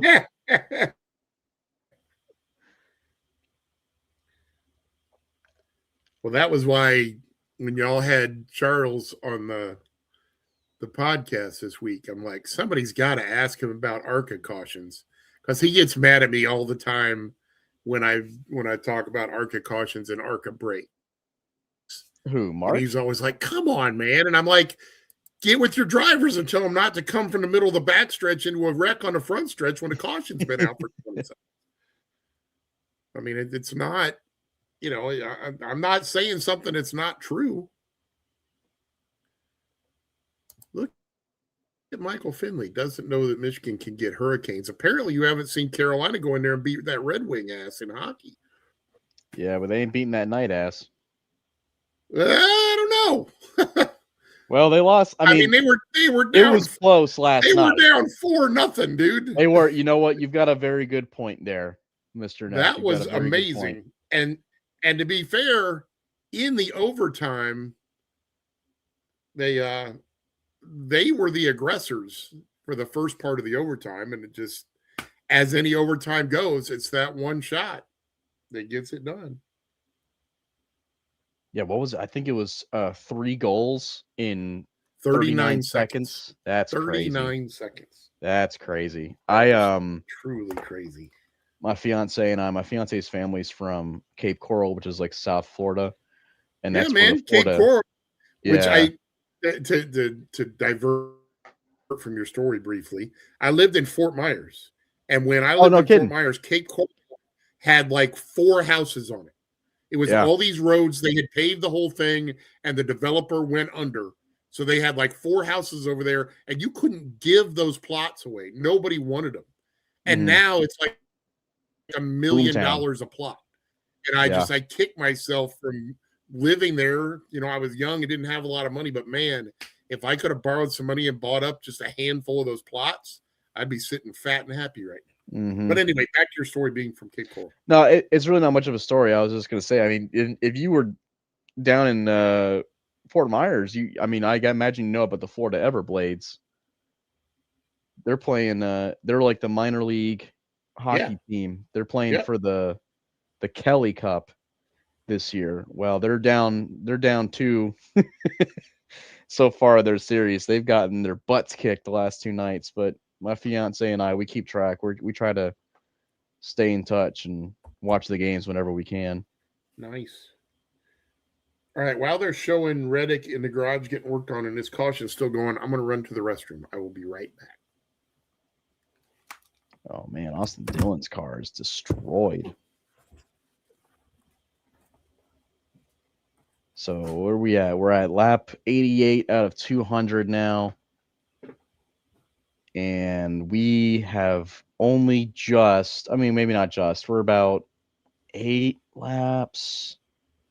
More like 6 laps past halfway through stage 2. So this race is moving at a snail's pace. Let me see what caution we had. This is caution number 6. Okay.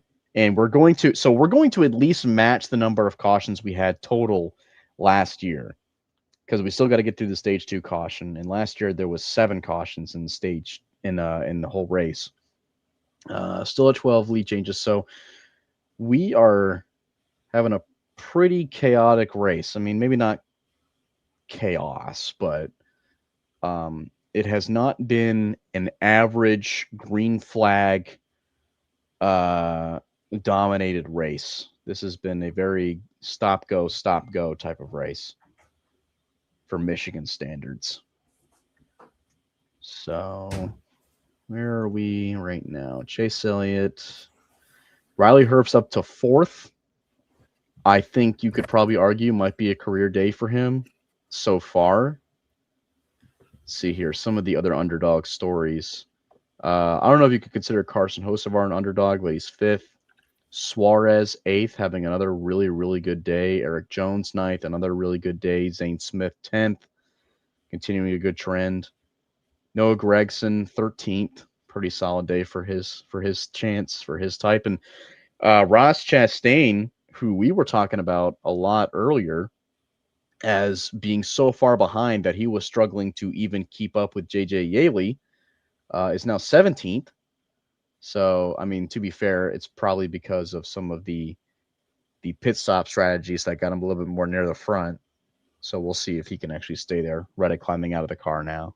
Car that looks to be partially on fire. He's not happy.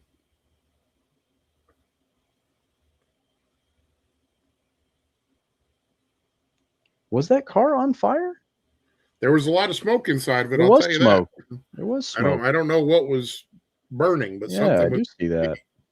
Incinerating. Oh yeah. Look at Brock Hay. He still thinks Van Gisbergen's going to be up here. You watch. The race isn't over yet. There's still time. Where is SVG? He's 24th on the lead lap. Never say never. Never say never. Absolutely not.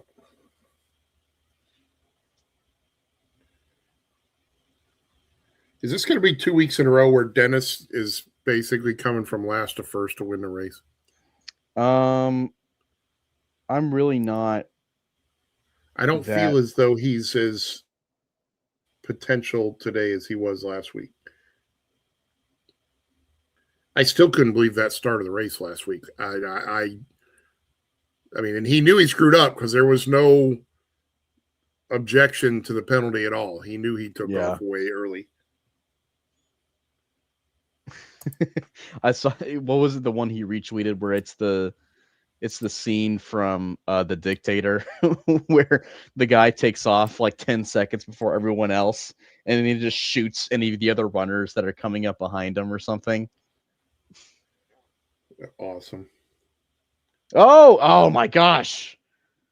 Michigan native Brad Keselowski in the wall again. Golly, Keselowski having a horrid day. And we have now matched the amount of cautions we had last year. And we're at lap 45 of 75 in stage 2. That's right.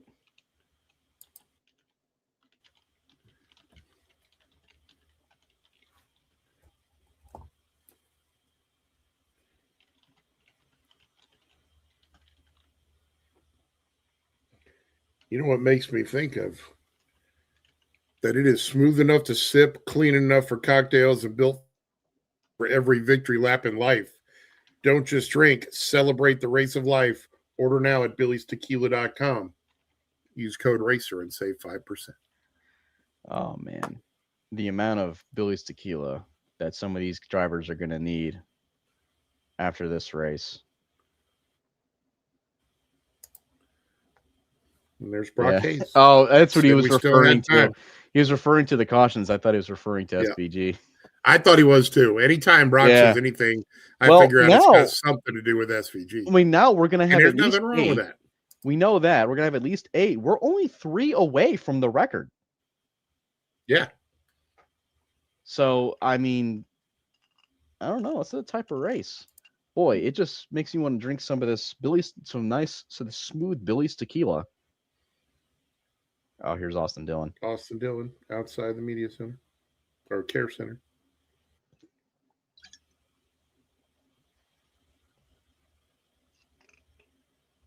Nope.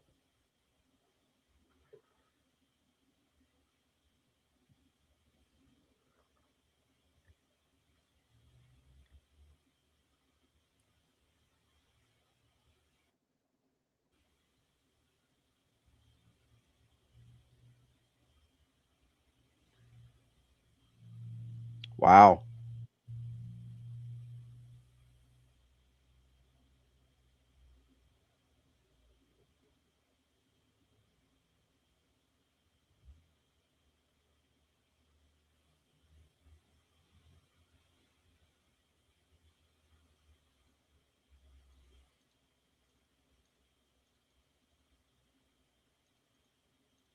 No front stretch mic flag in there. Come on now. Yeah, they'll be there. They'll be there. Well, they got to let Lee Spencer go first. They have to do that because she's radio. Well, I understand. I understand.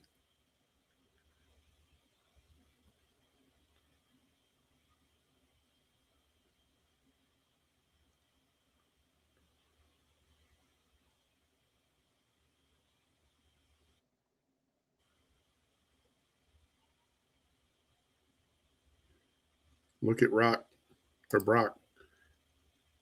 SVG is the David Pearson of modern racing. There's no point. Doesn't do anything until the last stage. Man. So Austin Dillon called out. Anybody wants to do split Hocevar. screen, Billy is live on YouTube now, so you can watch him there too. Just don't turn us off. We can watch both. And I still got to know, I don't know that you've been on one of the shows that I've talked about it. We have a new establishment here in Myrtle Beach that's a brewery that just opened up last Monday, was their soft open. They have a giant TV screen in the backyard of the brewery. And I'm bugging the owner. I'm like, can we have NASCAR watch parties on the big screen? Because I'm like, if we could have the watch party and then have a second screen down in the corner of the front stretch watch party going on while the race is going on, I think that would be magnificent.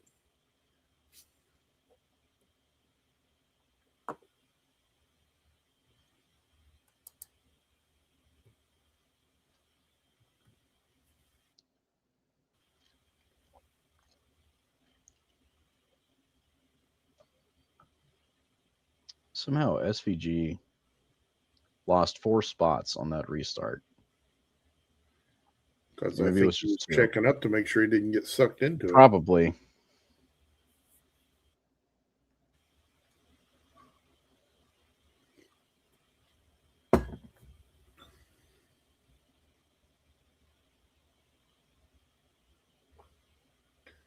Could this be a Blaney day where he just quietly stays out of the chaos? Ninth. He's top 10. So I'll tell you what, any Ford. I think they'll take any Ford right now. Logano in 5th.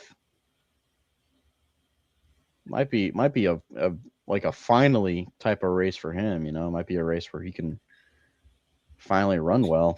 We can win a Gen 6 Cup car? Why do I want to win that? I don't know. Why not? You go vintage racing, man. It'd be fun. Also, Riley Herbst up to 3rd. Just saying. This could be the one. This could be the race where he breaks out and wins. Yeah, I still say that's going to happen. Now that they've announced he's out of the seat, it's going to happen. Joey Logano has not earned a top 5 all season. So, on track to maybe get one here. Daniel Swervez in 5th. Well, I guess 6th. Here comes Wallace. Wallace all of his competition is pretty. All of his Toyota competition is pretty much out of it. Well, I guess Christopher Bell's still in there. And here comes Hocevar. Hocevar with a big swing to the bottom. Larson cuts off his airflow, slows him down.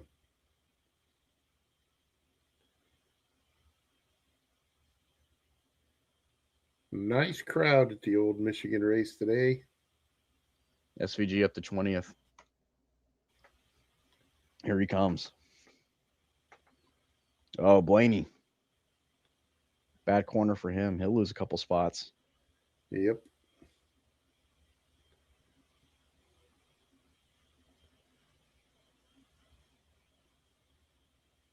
This might be becoming a race for in Bubba Wallace's favor. just because the Toyotas, I think, have the fastest cars.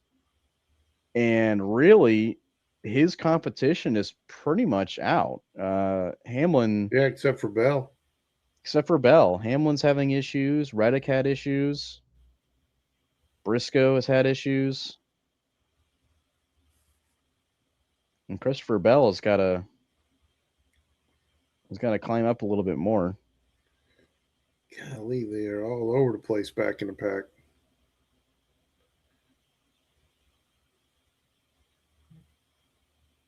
Noah Gragson cracked the top 10.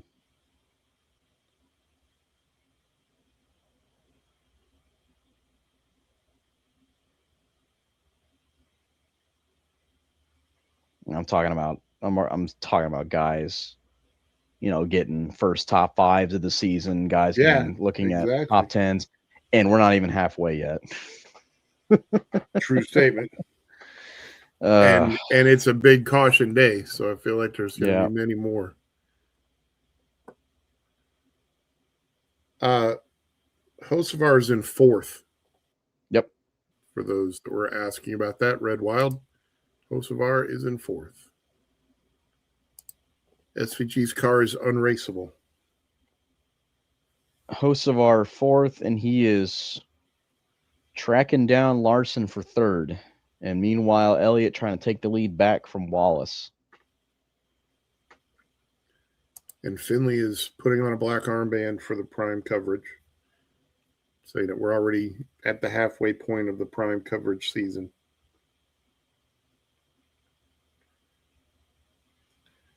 Your leader is Bubba Wallace. For now, here comes Elliott.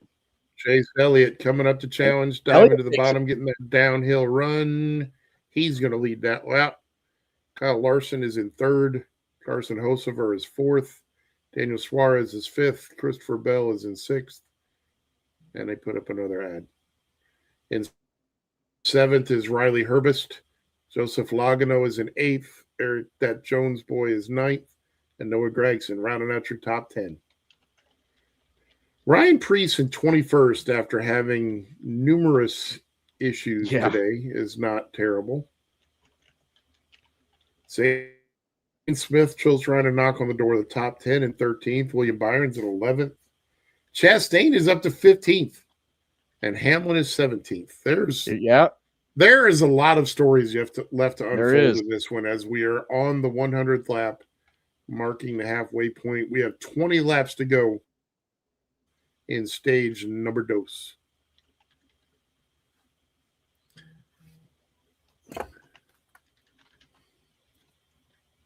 Oh, no.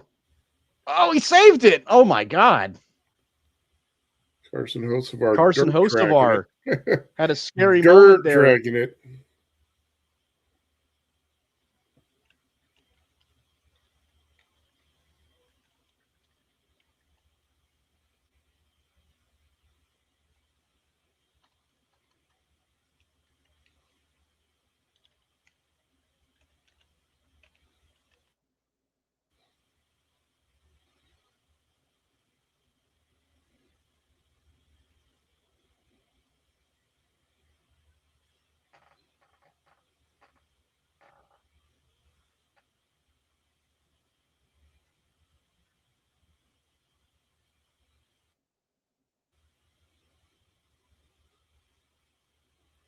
It looks like he was. It looks like he just drifted up the racetrack there. Looks like Mr. So Hocevar has now fallen.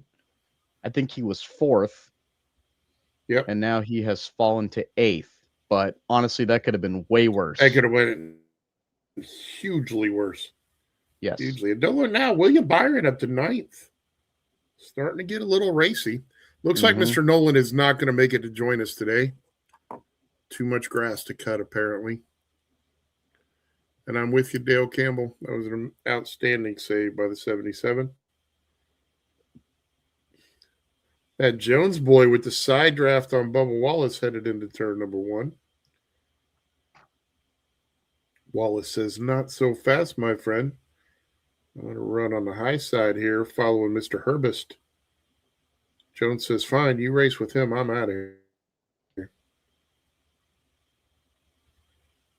Tyler Reddick crashed on lap 83. Wallace has now fallen to 5th and might be under attack from Bell here. And Eric Jones, in a twist, is now the highest running Toyota in 4th. I mean, we could have a serious underdog story. I mean, I'm looking at which we've seen before at Michigan. I mean, yeah, pretty sure. I mean, look at Dale Jarrett's first win at Michigan for the Wood brothers, if I remember right. Byron gets it in front of Hocevar. Looks like he's going to hang on to it. I think Hocevar is just a little too loose coming in there.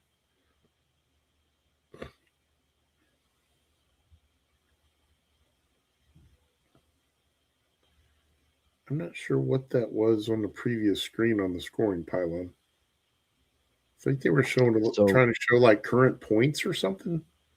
I'm not sure what that yeah, it was. Yeah, it was points. So I think, if I'm not mistaken, I'm going to double check this real fast, but I think this might be Reddick's first DNF of the season. I need to double check that. I need to make sure that's accurate. It is accurate. This will be his first DNF of the season. Nice.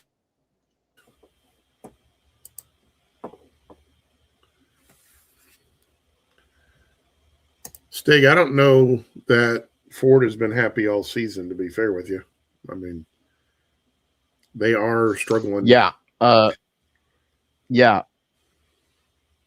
You know, everyone's talking about how the Chevrolets are struggling and everything, and everyone talks about, the new Chevrolet body. They can't figure out the Chevrolet body.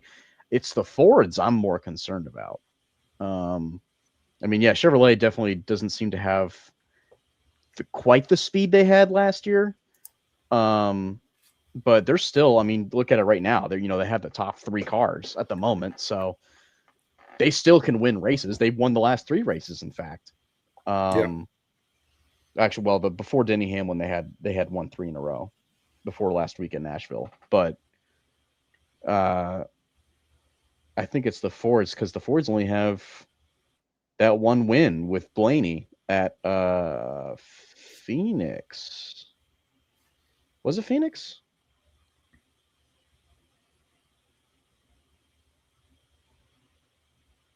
Let's see. I feel like you're right on that. I think, yeah, I really want to say it was Phoenix. It was Phoenix. Yeah. That's their only win this year so far.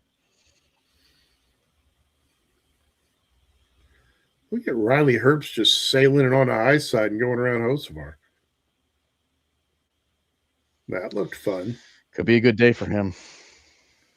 I mean, it's setting up to be, but well, he still hasn't gotten a top 10 on a non-drafting track. I don't think.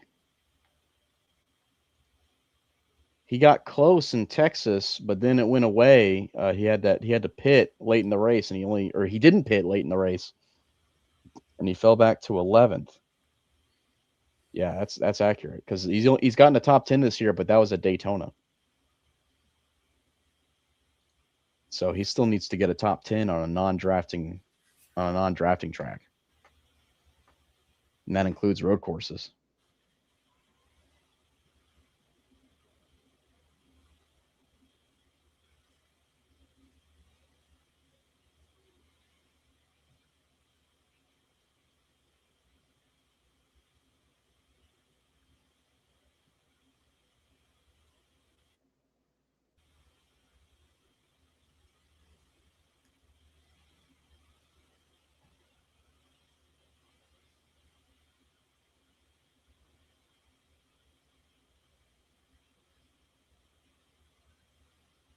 Logano hanging tough in 10th, representing the Ford banner. Denny Hamlin in 12th, man. I'm telling you, this is looking like another one of those Dennis days where stuff happens. He gets back there and he just slowly and methodically marches to the front. I mean, it happened last week. Opens.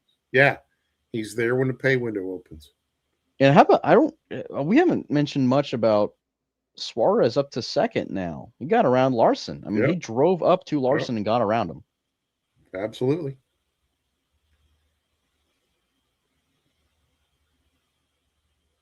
I remember after Texas, he got, I think he finished 6th. And I remember I was talking to him on pit road, and I was like, is this like a top 10? You know, or I thought it was a top 5 at first, but it was actually 6th. And I was like, oh, 6th place. Like, I mean, like, is this like it's got to feel good? And he's like, I'm really not that surprised anymore. And he's like, are you surprised? And I'm like, I don't know if I am. I don't know if I can be, just because that team has had the speed, and everyone thought that team was going to be running for 20th place every week. And now I think he's 10th in the standings. Yeah, he's having a great year. Fantastic year. And he had better year than he was having with Trackhouse. Hamlin's getting ready to put a bunch of people behind him here.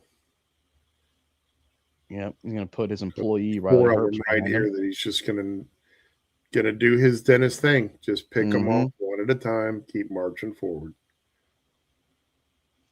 Riley Herbst just lost 3 spots. He's down to 12th. And Logano 9th, Zane Smith 10th. The Fords, 2 cars in the top 10. And Logano looking at Wallace for 8th. Stig pointing out that it doesn't hurt that Dennis has the number 1 pit stall. That's true. That's very, very true. I mean, that's how. I don't know that it's helped him much so far, because he's been trying to get back from the back of the pack. Yeah. But now that he's near the front, yes, that's going to make a difference. But every pit stop, if you can gain 2 or 3 spots on every pit stop, especially in a race like this, I mean, it's still beneficial. Well, and that's the thing that, and I've mentioned this in the past, but people forget, during, I want to say 5 of Earnhardt's championships, the previous year's champion got the number 1 pit stall every week. Mm-hmm. So he had that pit stall advantage for, it's either 4 or 5 of his championships. Mainly be 3 now that I'm thinking out loud. Yeah. I do the math on that.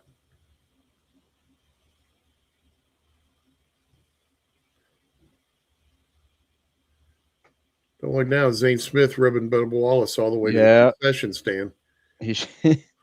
Wallace has dropped, man. All that good stuff I was talking about him earlier. He was racing for the lead, 20 minutes ago, and I was saying this could be a good race for him, because all of his competition was gone. And now he's fallen outside of the top 10, and he's been passed by Denny Hamlin. And there goes Ty Gibbs dropping.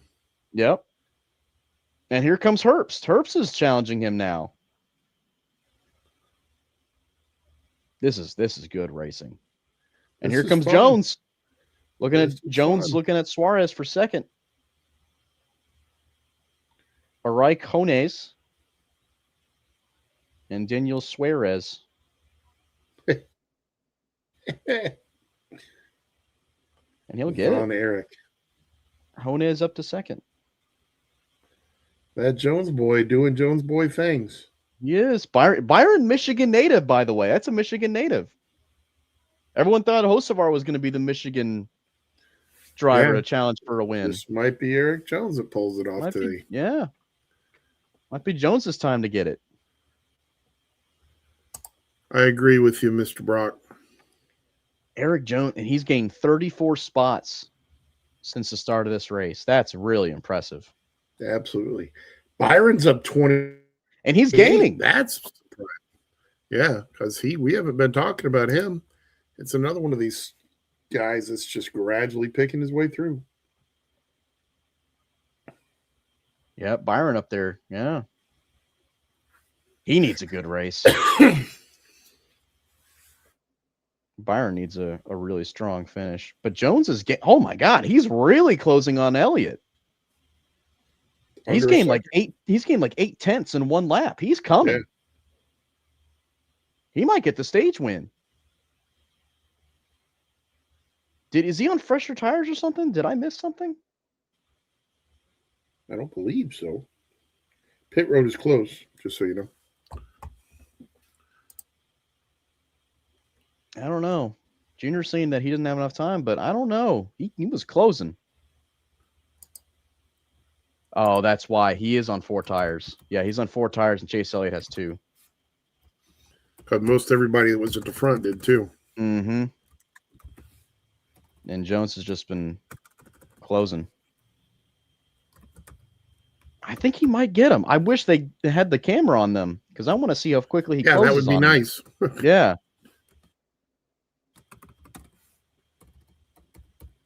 Or maybe Chase was sandbagging a little bit, trying to save the tires, and now he's picked up the pace.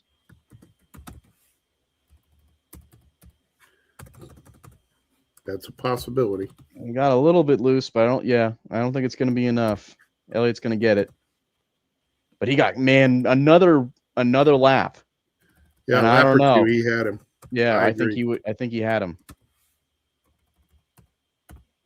So I'll read it. Elliott wins the stage. Eric Jones 2nd. Daniel Suarez 3rd. Kyle Larson 4th. Byron 5th. Bell 6th. Hocevar 7th. Hamlin 8th. Logano 9th. Zane Smith 10th.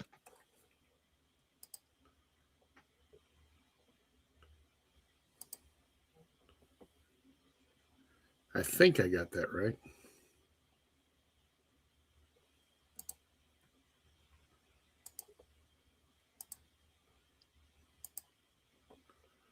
I think I got it right. Billy Sellers. Let's see. With his unabashed Hendrick support, cheering for Chase Elliott. Let's see. Elliott, Jones, Suarez, Larson, Byron, Bell, Hocevar, Hamlin, Logano, Smith. Yeah, you got it. Look at that. Like I can read. Oh, I know.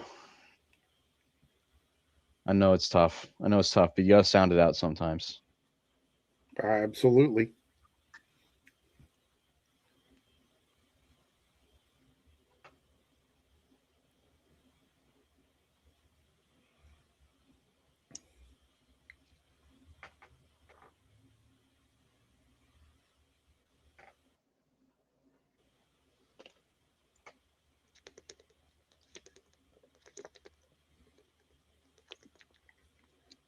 Okay, so just out of curiosity, after last week's idiotic start time for the Cup race, why is IndyCar starting their race at 9 p.m. tonight? I was thinking the exact same thing this morning. Actually, I was thinking it last night because when I saw 9 p.m. start time, I thought, oh, it must be a Saturday night race. It'd be Saturday, exactly. Yeah, so I actually was looking for it on the guide, and I'm like, where is it?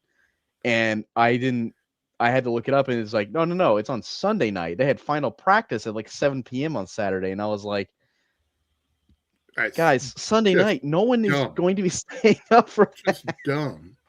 But not so much people not staying up, but people have to work on a Monday. That's what I mean. People have to work the next day. You're not going to get people going to the racetrack when they got to drive, 2-3 hours, whatever, to get home. Now, I understand Gateway. Dumb. I can't remember if Gateway is 1 hour behind or 2 hours behind, but still, even if it was a whole 2 hours behind, it's still a 7 p.m. start time. You're outside St. Louis. It's Central Time. Still, it's 8 o'clock. Your race can be done at 11 local time. No, 8 o'clock is even worse. Man, I like night races. Don't get me wrong. I really enjoy night races, but on a Sunday night, especially last week. Last week was ridiculous. That was awful. Because I had to be up at like 3:30 the next morning because I had to catch a flight out to California.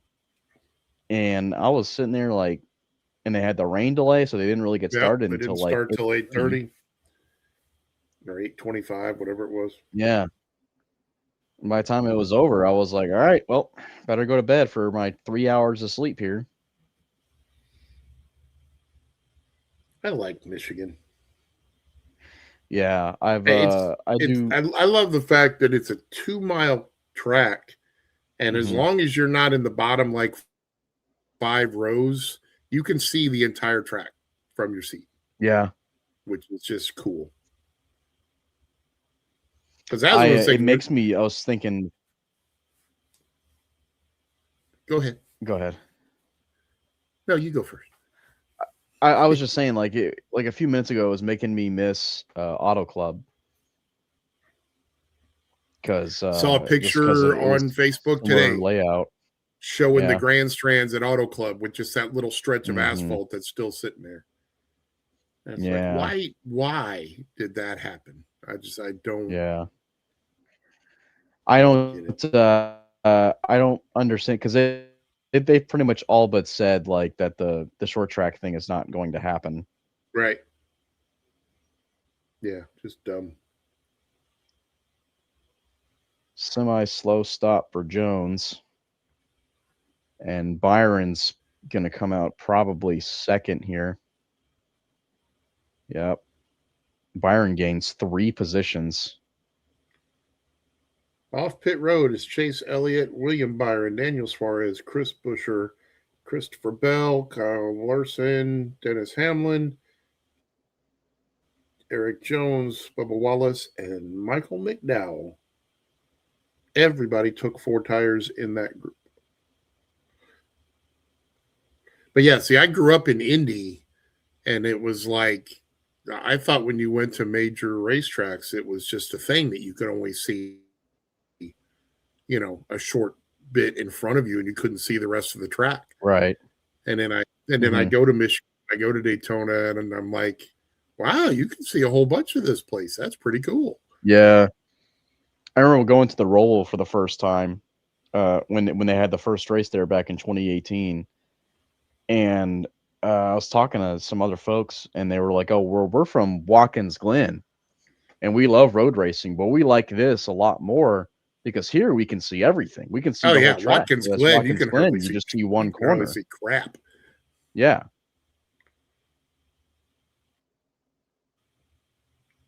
And I'm like, wow, I never really. But it's a fun really place to go to a race. Oh, it is. Fun place to go to a race. Don't look now, Brock. But your boy Shane just got busted for speeding. Uh-oh.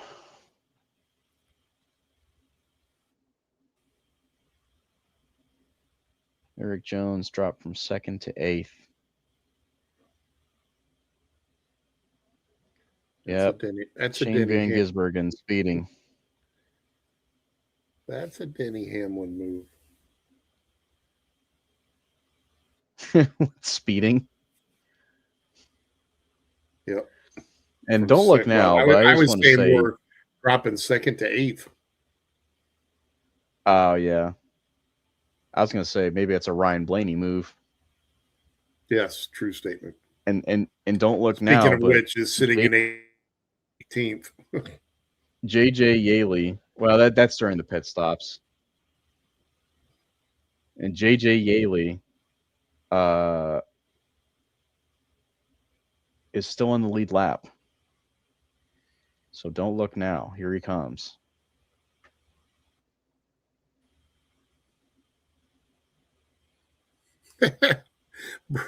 Brock Hay. Just add it to the list. And Billy's excited because Byron's actually moving towards the front.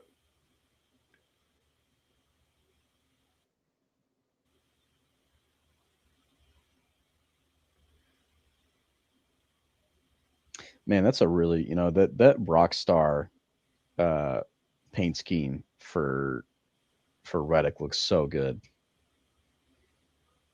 Really it's simple. I mean, it goes off of their product. It just naturally looks good.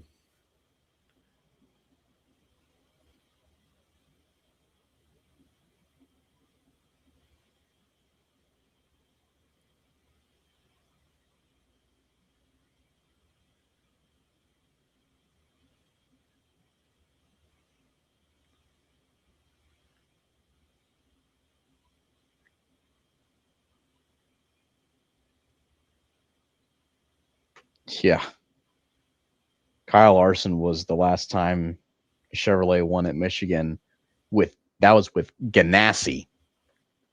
Yeah. So the last team to win in Michigan doesn't even exist anymore. There you go. Well, you've got some heavy hitters up at the front now. You've got Elliott, Byron, Bell restarting in the top 3. Hamlin restarting 5th. Larson looks like he is in 8th. Buscher's in 6th. Yeah. Buscher up there, former winner at Michigan. Michigan native Eric Jones in 7th. So he lost some spots on pit road. Maybe he can make something happen here. Hocevar in Suarez. 13th. Yep. Hocevar 13th. Zane Smith 11th. Logano hanging tight in 9th. Denny in 5th is the one that I still think. That's a little scary. That is a little scary. Down to Denny time where he gets there and he just slowly gets it. Pace car is off. We are final stage underway. I believe it's the ethanol racing fuel restart zone. Oh, Logano has earned a top 5 this year. He's earned 2. That's my bad. I was looking at the wrong stat. It happens.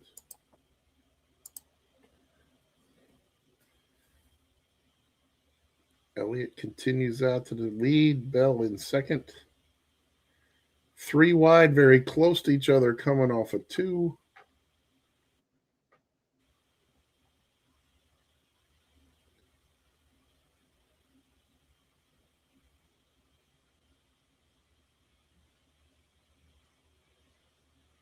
I like how they all hugged the wall in the front stretch as closely as possible.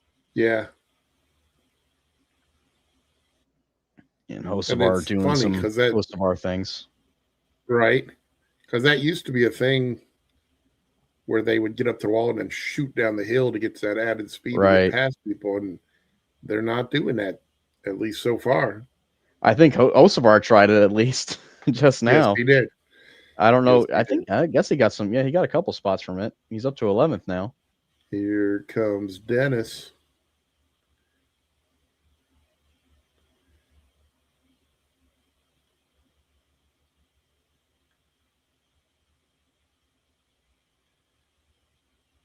I just, I know we're still only around halfway through the season, if not exactly halfway through the season. But I think Denny Hamlin is. I think he's. I don't know. I feel like this is his best chance to win a championship. I feel like that he's gonna. I mean, he's gonna best chance in a while. He had. Yeah. That one year where he wrecked out on like the 2nd or 3rd lap at Homestead to let Jimmy get it. I still thought that was the best shot he had. Yeah, that was upsetting if you were a Hamlin fan. But when I say best chance, I know everyone's going to say, "What about last year?" And yes, you're right. But I think, like, in terms of outlook for the entire season as a whole, like last year, we were at this point in the season, and like, yeah, Hamlin looked good, but like, you don't know what's going to happen in the playoffs. He could get eliminated in 3 because he has 3 bad races, and he could lose in the final 4, even if he makes it, which is exactly what happened. But like he's just, it's really whether or not of like, are you good at Phoenix? But now this year, it's like, are you consistent overall? Right. And exactly. Hamlin, I feel like, is the most consistent car. I know Reddick's got an 85-point lead over him right now, but actually it's probably less now as they run. But still, like, it's eventually we're going to get to the playoffs and we're going to restart. And I think Hamlin's probably going to drive away with it. I feel the same way about Justin Allgaier in the O'Reilly series. I don't think anybody can compete with him. I think he's got it locked up already. I'm with you. But yeah,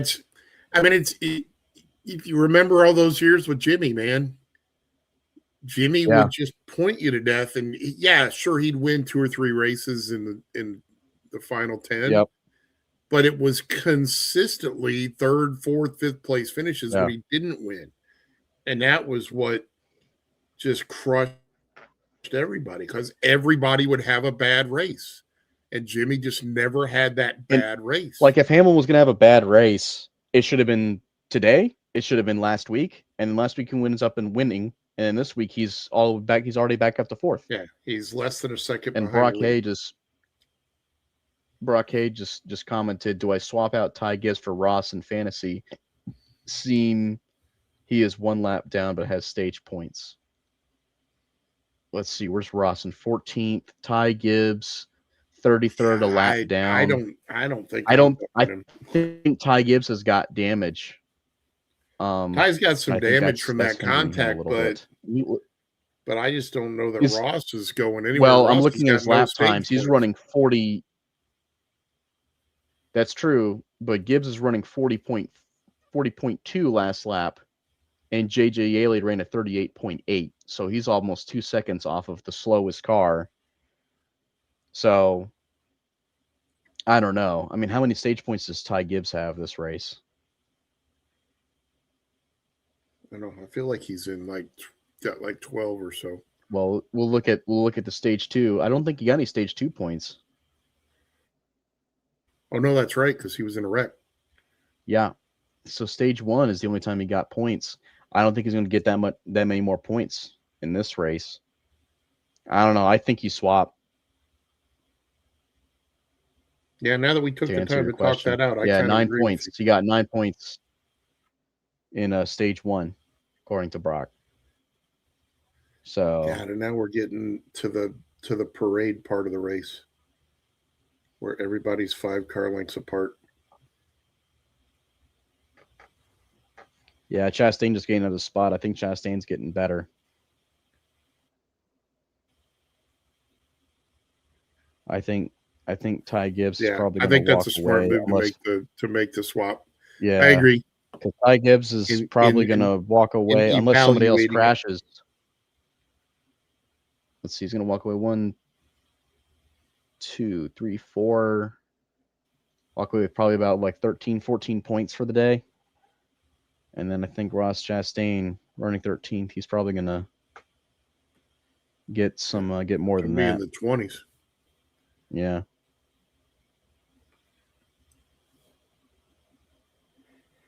I mean, then again, things can change. If some other cars can wreck, Ross Chastain could have a problem, but that's that's all part of it. Absolutely. But he won't have a problem until after Brock changes. Brock will make the swap, and then they'll have the deadline to where you can't change anymore, and then Chastain will nose it in a fence and be out.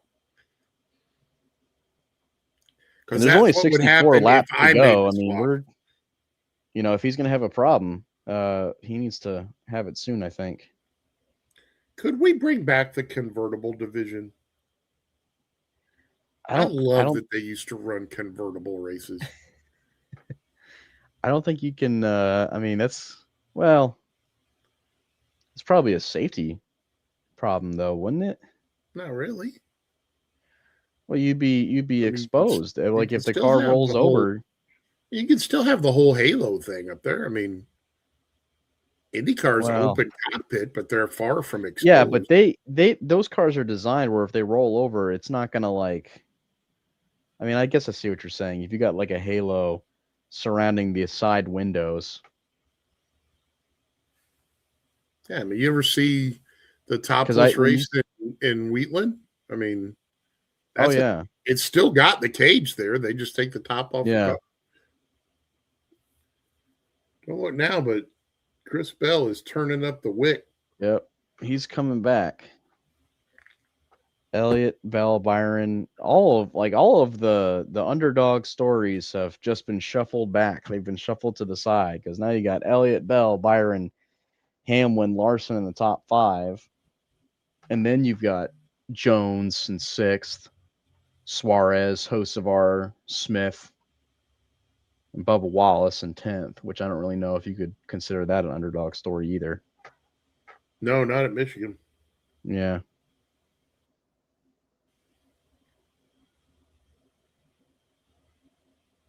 Cindric up to 11th. That's a good day for that squad. Blaney's in 14th. Barry's in 17th.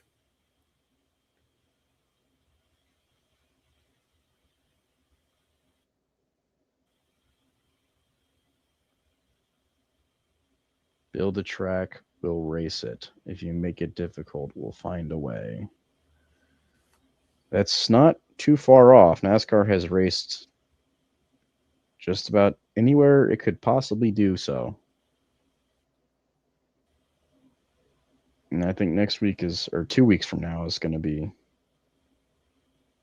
a big, big example of that.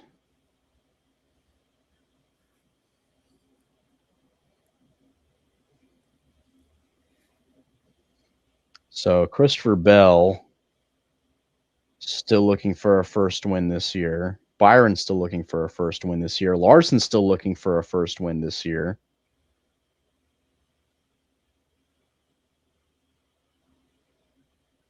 And meanwhile, basically Elliott, everybody in the top 10. yeah, except for actually, for Hamlin. except for Elliott, Hamlin, Suarez, and Hocevar. Yeah, I mean, you're talking kind of weird talking about how Suarez and Hocevar have gotten wins already this year, and Larson hasn't. Byron hasn't. Oh, caution. Oh, well. There goes Zane. Oh, Zane. That's Zane. Oh, man. Trey Lyle's honeymoon just got worse. For a second there, I was like, knowing our luck, it's gonna be Chastain, and we're gonna have to apologize to Brock. Yeah, exactly. Smith coming down with that flat left rear. Is this another Ford with a flat left rear? You know what? I think that's what it is. Because the angle that he spun at, it looks like a left rear went down. Wow. And the second one for front row. Yep. Very interesting.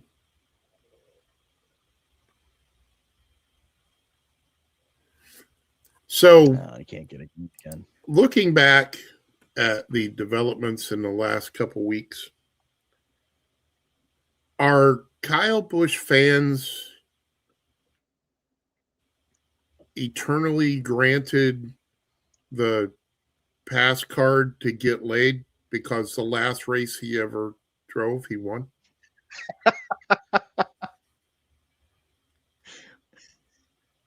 I'm just asking for a friend. He raced the All-Star race. Why does that translate into them? Why does that translate into them? You had to ruin my plan.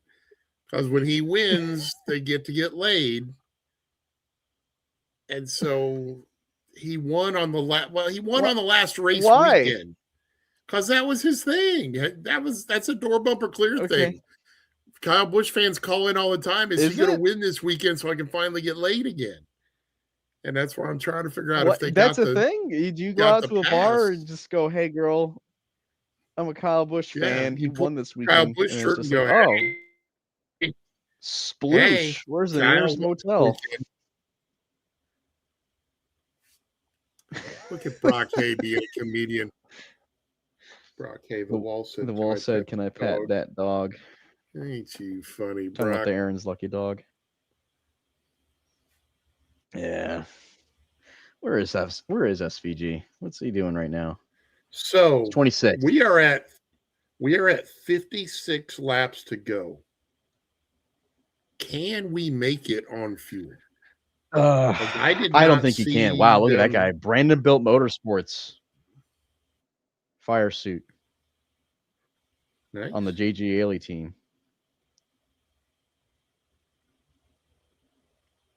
But I don't think you can. I think you got to have one more stop. I bet somebody's going to try it. Because I did not see during pre-race what they said the fuel window was going to be. I think Steve Letarte was explaining it just now, and I wasn't paying attention, so I probably should have been. But I'll tell you what if I just Google searched it? Just NASCAR pit window for. I'm not doing that. NASCAR pit window for Michigan.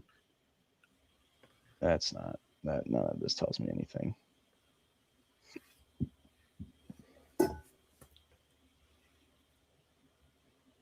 This tells me nothing. Here we go. Pit window. Oh, fuck you. Oh, shoot. Sorry. It says the pit window is set by NASCAR race control. No, it's not. Oh, God.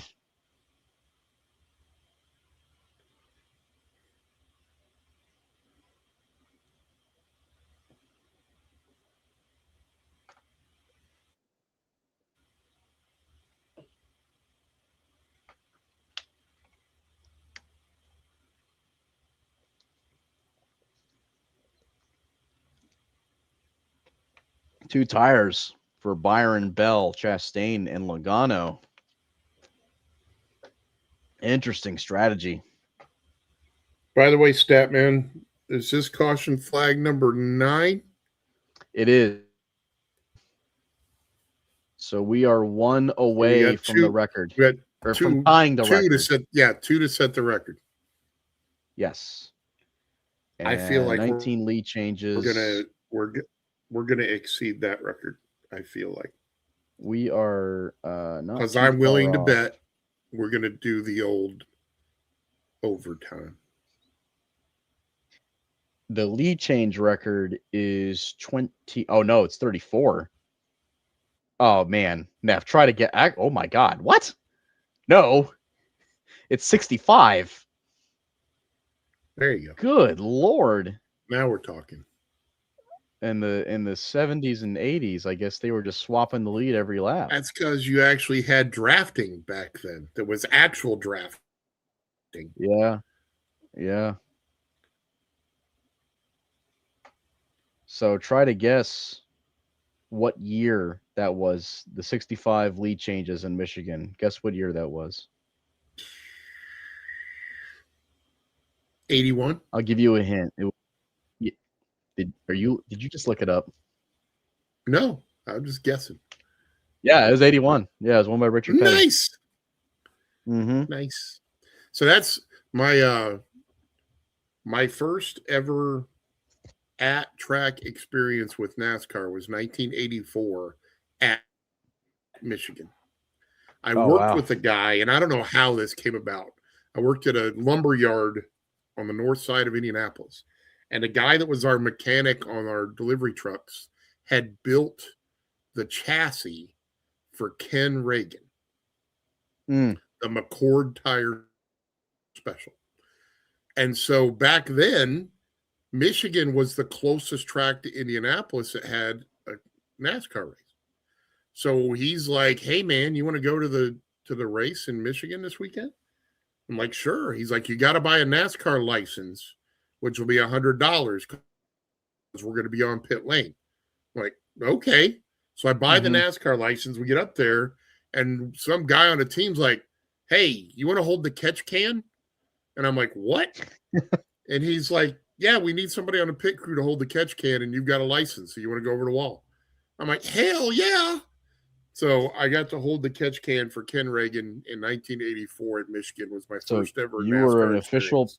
official pit crew member. Unfortunately, it only lasted like, I don't remember if we had 3 or 4 stops. He had problems and was out like before midway, but at least as I remember it. But yeah, that was, and my buddy's like, "So the NASCAR guy official will probably try to check on you and see if you got any kind of smarts. If they ask what you would do if a tire is rolling at you on pit road, just tell them you'll get out of the way. That's all you got to tell them." He's like, because they always ask that of newbies. And I'm like, all right, good to know. I'm with you, Brock. Hey, feeling like a record-breaking day for cautions. Oh, look, somebody's watching Eric Jones. Is one to watch. Not a bad choice. Yeah, it's Dale Jr., I think. I still think Denny is the one you got to watch. I'm just saying. Yeah. I really, yeah, I mean, there's some hungry guys in the top 5 here. So, who pitted? I'm assuming everyone pitted, right? It looked like everybody came in. So, I think, so Byron, and Bell took 2 tires. Chastain took 2 tires. Logano took 2 tires. Yeah, I think it was the first 5 took 2 tires, I believe. Elliott did not take 2 tires. I think 4? he only took 4. Or Nice. I think he took 4. So I think Logano just chose the outside lane. And that's why he's sitting. That's why it says he's 5th.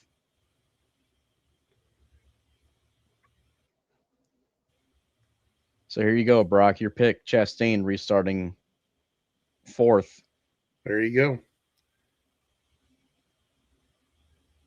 Cole Custer 12th on 2 tires, though. So Cold custard. We'll see how far that goes.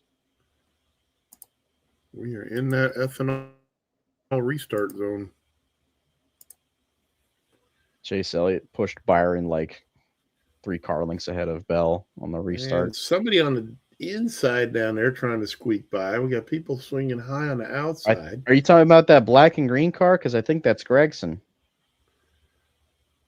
And look at Hocevar. Whoa! Whoa! Oh, he tried to squeeze it in there. He got. Oh no! Oh my God! Holy crap! Oh, whoa! That's a big hit. Holy shit! Elliott, Christopher Bell. Elliott and Christopher Bell are out. They're out. That was and a Carson big Hocevar, hit for by Bell. the way, is in 3rd. He gained like 9 spots on that one lap. He did, and this is going to be one of these forever cautions too, because man. Bell just left the Exxon Valdez oil spill coming down the track. Brock says it locked at the start of stage 3. He's stuck with Ty Gibbs. That's too bad. I thought he said lap 150. He said, according to him, it said it locked at the start of stage 3. Elliott, Bell, hard hits. That's a big hit for Bell. Holy crap, man.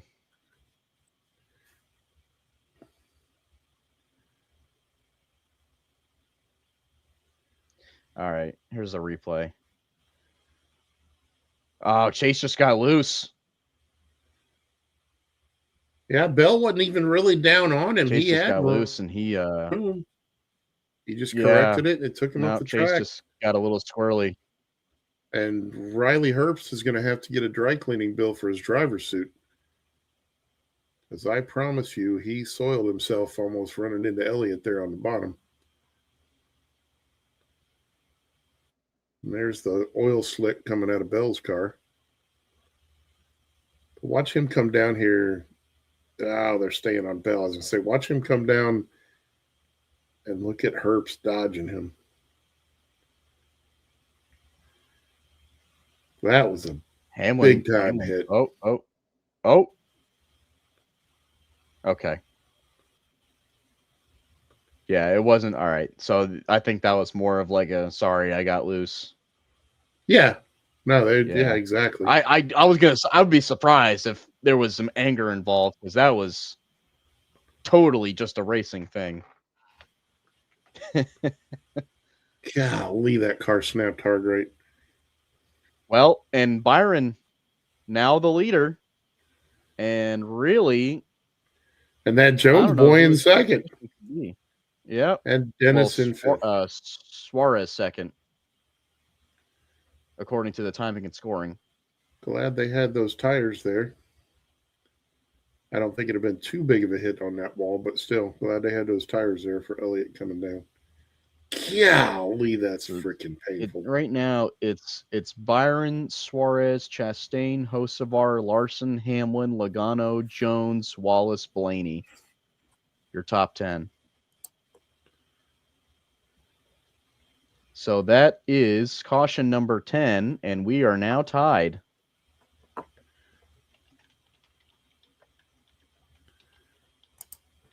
Billy Sellers. That is your. Well, I didn't mean that's your luck. I thought your boy was Byron. I mean, I know you were on the Chase Elliott bandwagon, but I thought your boy was Byron.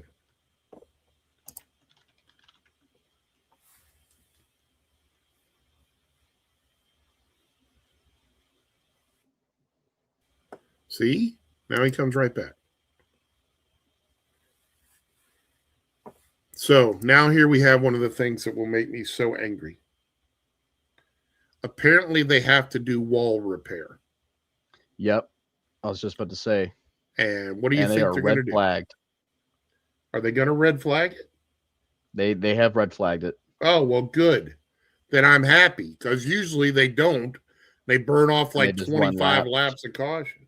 Yep. Here comes the guy that knows what he's talking about. Come up here. Well, look, the wall's bent, so we're going to have to change that. So Bell's this car is toast. 10 caution flags is the most all-time in Cup Series history for Michigan. However, it is not the most all-time across the board and for all racing series. I will give you. Oh yeah, there's another one right here. I will give you another guess. I will give you a guess as to which series you think has the most. I mean, anytime you're guessing on cautions, I go with the Truck Series. So in NASCAR, you're actually right. It's 11. However, Kart had the most in 1985 with 13. Huh. Emerson Fittipaldi won that race. Give you an idea. IndyCar at Michigan is an experience. I've been there for that. Mind you, probably around that time. I'd say it was late 80s, I believe, when I was there for an IndyCar race. Back when Indy used to actually run a lot of ovals. Somebody put a post out on Facebook today. What's the best oval on the IndyCar schedule? And I'm like, what do we got to choose from? 3? Yeah. 4? Yeah, it's because they don't go to Iowa anymore, do they? I don't think they do. They have Gateway, which they're at tonight. Yeah, you got Indy, St. Louis, and Phoenix. Yes, and Phoenix. Let's see here. Oh, Aren't Milwaukee. They doing a doubleheader at Milwaukee? Milwaukee, yes. I say now that I say that out loud. And Nashville. So technically you've got 5 there. Oh wow, okay. You got Milwaukee, Nashville. You got Milwaukee for 2 races, so they're going to count that as 6 because that's what they'll do. Yeah, I'm sure. So you got Milwaukee, Nashville, Gateway, Indy, and Phoenix. But no Iowa, no Texas, which really is a shame because Texas puts on awesome IndyCar races. Great for everybody but Kenny Brack. Yeah. The fact that he walked out of that is right up there with Michael Waltrip at Bristol.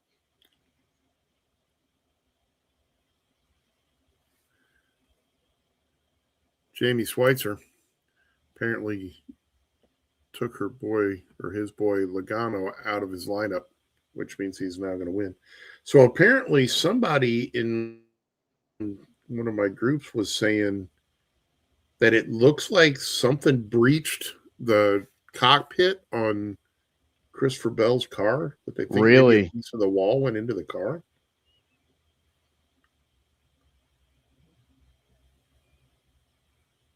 I mean, I don't think it was anything that happened to him because he seemed he was fine. It's like I remember one year at the Martinsville late model race, Peyton Sellers had a big hit, and NASCAR was all over his car because the frame actually cracked. God, that's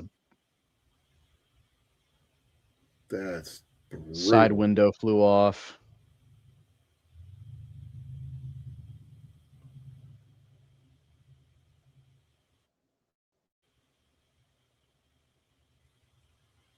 Thank God for safer barriers, because that's the kind of stuff that used to kill people. That could have been, yeah. But if this was if this was the 90s, that could have been a career ender. for sure. Ernie, it reminds me of like Ernie Irvin. I didn't realize until, I don't know, 10 years ago or so, I was watching a show talking about Jerry Punch and the fact that Ernie had a basal skull fracture when he wrecked at Michigan, and basically Jerry Punch saved his life.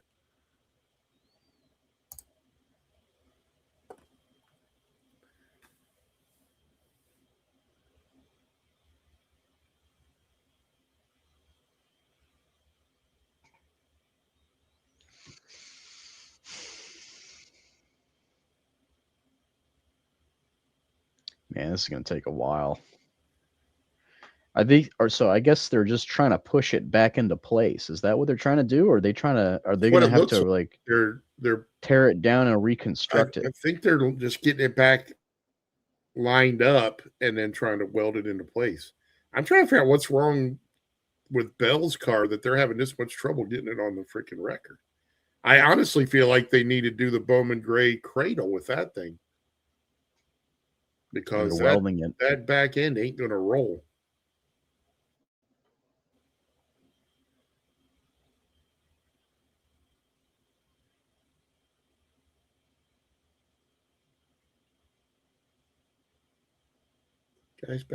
Guys out there arc welding that thing in place. You'd think they'd have somebody doing Healy arc with aluminum, but I'm guessing they're putting a steel plate on top of it. Denny Hamlin got the Chewy.com in car.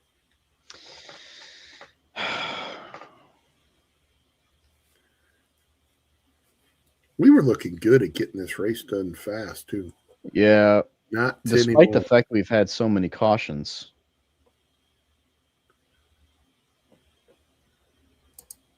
I mean, we're not doctors, Jamie. We didn't even stay at a Holiday Inn Express last night. But the fact that he was walking around and talking with Elliot after the incident and didn't even seem to have a limp, I feel as though he's doing good. But they'll get him coming out of the media center here shortly.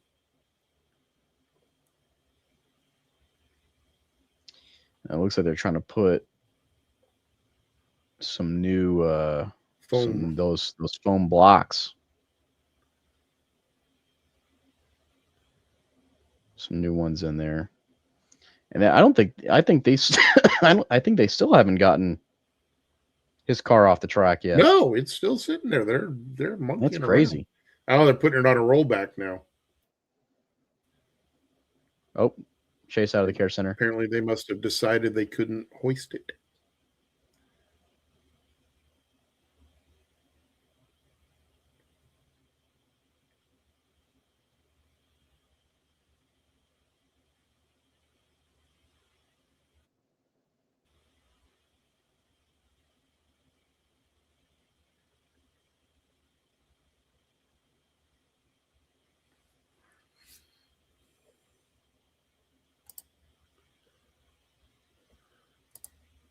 Dang. Your show producer's doing a bad job today. Didn't change it to red flag. We've been sitting here this whole time.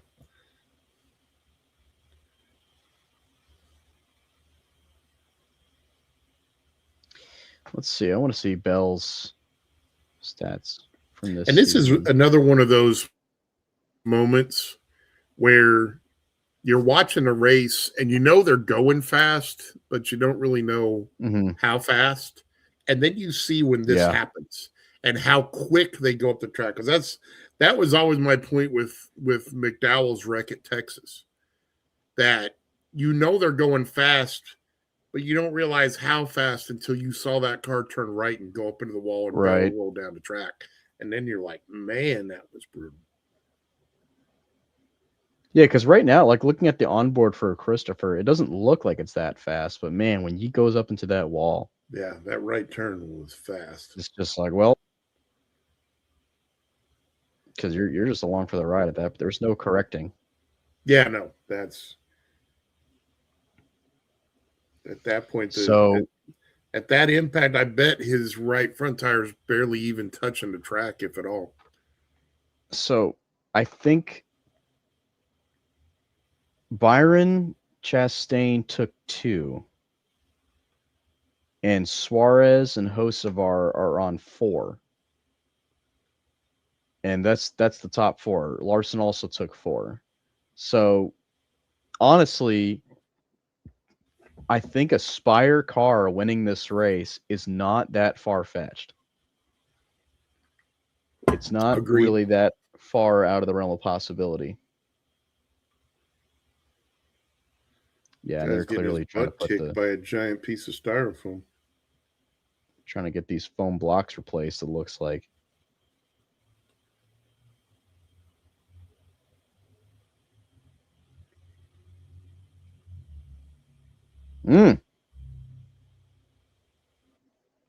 Oh, he's going to beat on that foam with a hammer.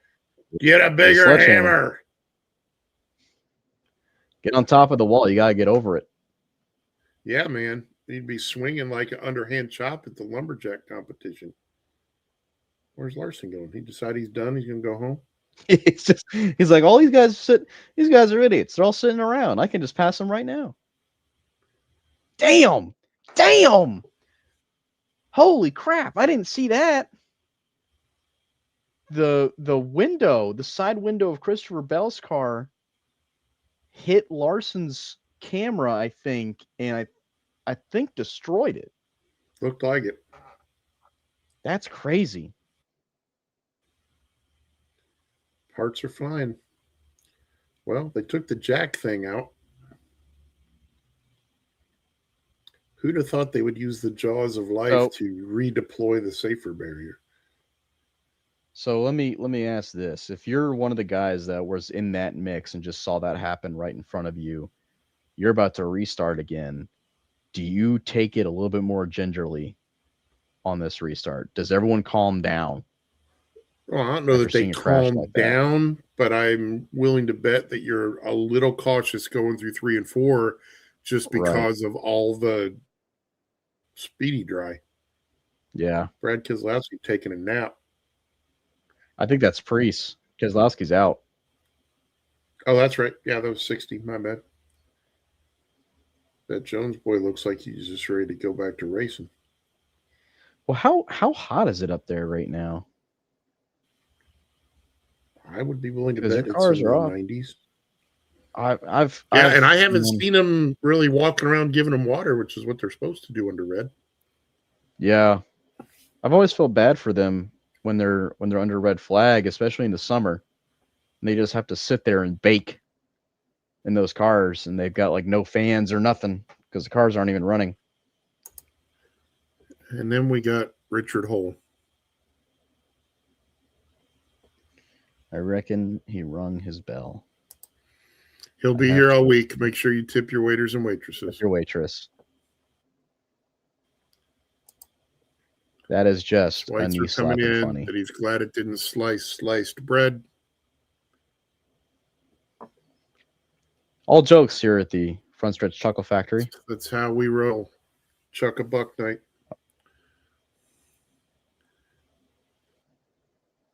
And yes, Godspeed, Ned Jarrett.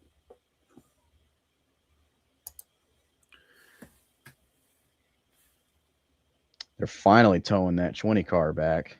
Yeah, that was crazy how long that took.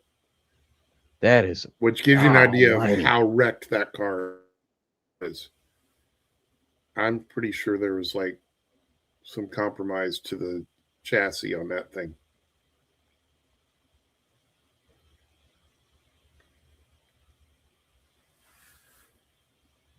This guy is still beating on this wall with a sledgehammer. I'm just not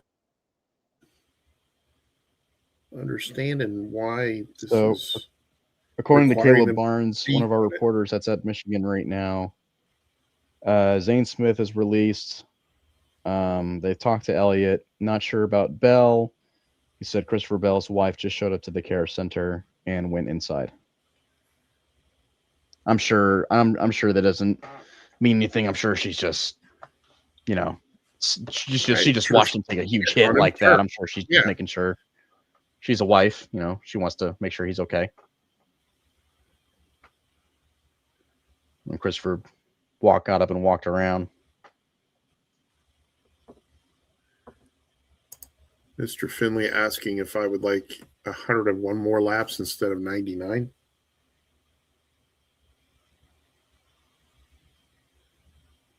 How many laps are we on? Because we're only doing 200. 150. We need to be doing 50 more laps.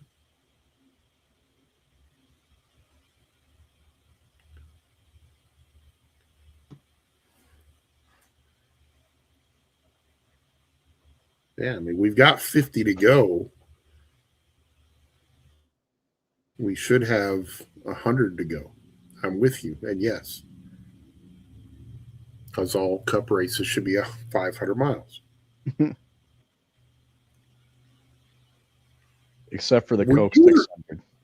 Right. That, now, weren't you on that in the Happy Hour podcast a couple weeks ago? I think so. When you were on it, yeah, I'm pretty sure. No, this was you were on with other folks, but you were still on my bandwagon for the 500-mile thing. The 500-mile. Well, now I think there's some. I think there's like, I mean, does that include Watkins Glen? Yes, absolutely. Good Lord, Neff. It would be awesome. And you know what they could do to make it happen faster? That's crazy. Run the damn boot. That's crazy. No, it's not. It's supposed to be a test of man and machine. Racing is supposed to be a test of man and machine. That's a long ass race. Yeah, get your money's worth. I hate that we're doing these 300 and 400 mile races where you're paying through the wazoo to get a ticket and you're not getting your money's worth anymore. Well, I will say, I feel like 100 laps is a decent amount. But and Billy, to let you know, there was damage to the wall in turn 4, so they are fixing the wall. That's why there's a red flag. Jamie, I wouldn't lie, that would kind of be a cool thing if they chose to name the flag. Oh, that would be a cool. That would be a good idea. Kyle Busch. But to be honest, I think O'Reilly series makes more sense. You could do that. I mean, he's got 100 wins in the O'Reilly series, 102. So the in-car camera for Kyle Larson is offline on HBO. You cannot see it. Yeah, because it got hit by a window. Because it got hit by that windshield or the window. So I just did the math, by the way. So the Watkins Glen circuit, the short one is 2.45 miles. So 500 miles divided by 2.45. Yeah, what, 210 laps? Something like that? 204 laps. Yeah. Let's go. That's crazy, Neff. No, it's not. That's like a 4.5 hour race. Yeah. That's the way races are supposed to be. I want 500 miles at Dover again. I hate that they did it. That track's faster. That makes sense. I honestly, Sonoma would be probably longer than Watkins Glen. I think Watkins Glen is a faster average pace. You're probably right. I'll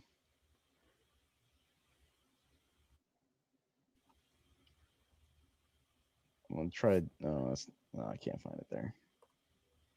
Coda would have been crazy.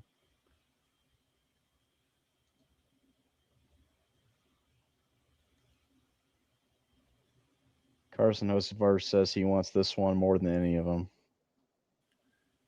which makes sense. All right, Michael Finley's just trying to get people riled up now. Crazy that the cars aren't in pit lane so they could get out, which they don't need to get out. We need to go back to racing. But founded by Brian France. He comes up with the truck series founded by Brian. Oh, the Sonoma. Yeah, Sonoma's 2 miles. So 250 laps. 250 laps. There you go. But I mean, average speed on Sonoma, I think, is probably 20 or 30 miles less than it is at Watkins Glen. They ran 110 laps last year, and the race was 2 hours and 55 minutes. So let's do the math on this. Let's do 7 hours. That's Let's go. Neff, you can't do that. You can. You can't. That's crazy. That's insane. That's beautiful. No one is going to tune in for a 7-hour Sonoma race. I'm on board. People tune in for the 24 hours of Daytona. But that's different. There's prestige there. Yeah. And no one, and not to mention, you don't have to watch a 500-mile road course People race. don't sit there to watch the whole 24 hours. And by the way, the rating for 24 hours is not like fantastic. It's not amazing. It's amazing compared to what it used to be. Like people are not going to sit down. It used to be a true survival of man and machine, and you'd have like 7 cars running at the end of the race. Now you got 5 cars within a second of each other after 24 hours. Well, that's because they keep having caution. Phenomenal. It's because they keep. So now here's the part that's going to fire me up. All right, we're on lap 150 of 200. Mm-hmm. We were red for 30 minutes. They're going to burn another 5 or 6 laps before we go back to green. And that's what pisses me off.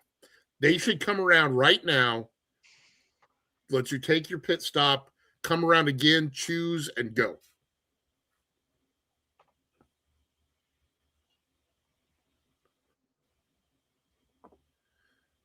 Mr. Finley, that's the point. Just like running 963 laps at Martinsville or 950 something laps at Bristol, you're not going to have your brakes last the whole race. You're going to that's just an endurance race at that point. It would be exactly. It would be fantastic. But it's not supposed to be just an endurance race. They're not all just it's not the endurance is not the whole challenge. It's not the whole challenge, but it should be part of the challenge. And the cars it already kind of is. Don't break. The cars we have today don't break 99%. Neff just wants to break shit. Oh, sorry. I want to see people be pushed to the limit.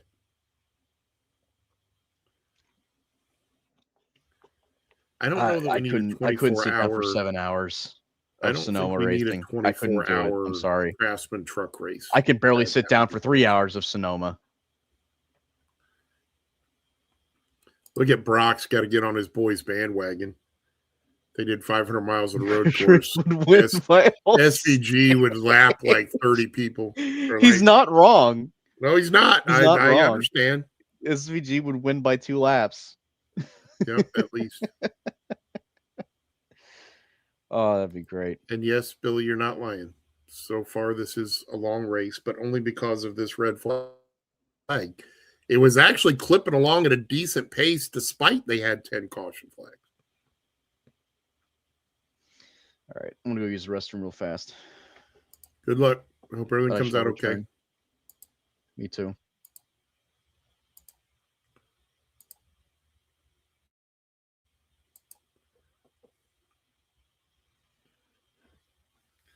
I'm very sad that Mr. Massey has not joined us today. He's at his parents' house, but he said he was going to jump on for a bit. And he made it sound like it was going to be early in the race rather than late in the race. And yet he has not joined us. Mr. Nolan was supposed to be here late in the race, but apparently there was too much grass to cut, so he's not making it.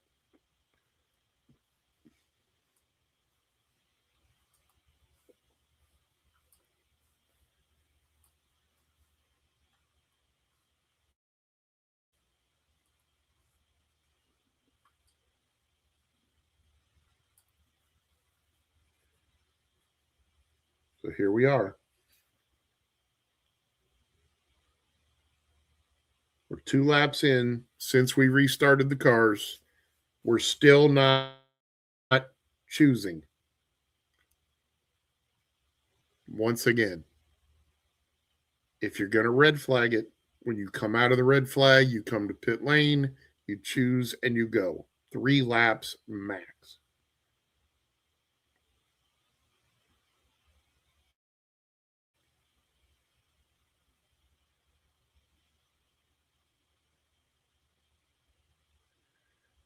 And there's a view out the windshield of William Byron's car for Billy Sellers. Looking at the back of the pace car, that means he's in first place.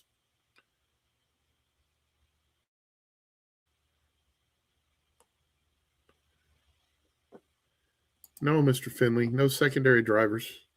That's the point. These drivers are supposed to be athletes, and athletes should be able to drive 500 miles on a road course.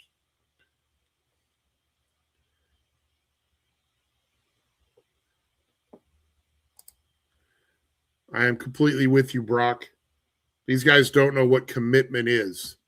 Your butt is getting up at 3 and 4 o'clock in the morning to be out here hanging out with us every single weekend. These guys get married and then can't come around the next day to be on the watch party. I mean, come on. Ain't no big thing to miss 3 hours of your honeymoon.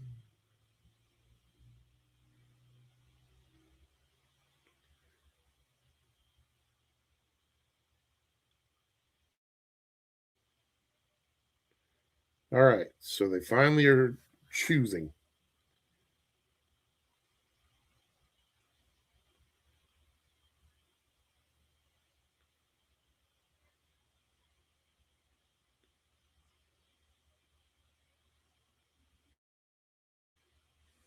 Four laps. Just silly.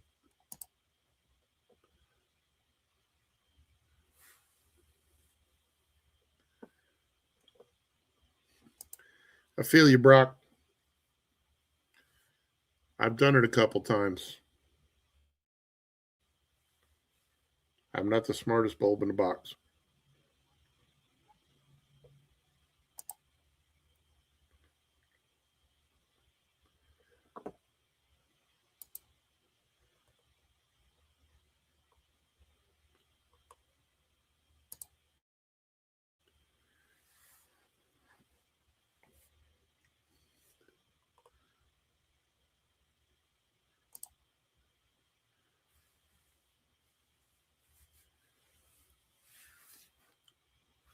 By the way, as we get ready to go back to green in this one, thank each and every one of you that come out here and join us for these watch parties. We're looking at 258 people online right now.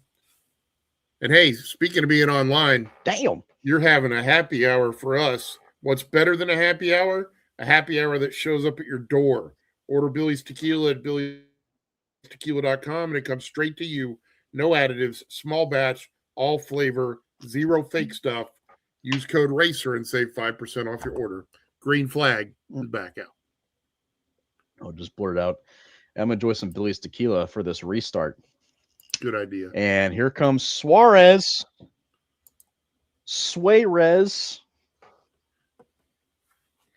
And Hamlin. Oh, man, a monster restart for Hamlin. I mean, here we are. Denny Hamlin up to third. I keep saying it. It's just that Denny kind of day. He's gonna get some more here, but Suarez to the lead. Now, where's the rainstorm that's gonna get him the win? Denny makes how about a crash? Oh my gosh! And we're wrecking again. Holy cats! Look at Stenhouse sliding for miles.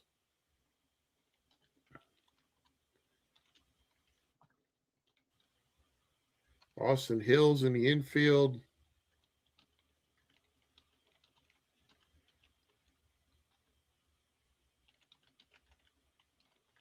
Stenhouse was sliding forever. You talk about a slide for life.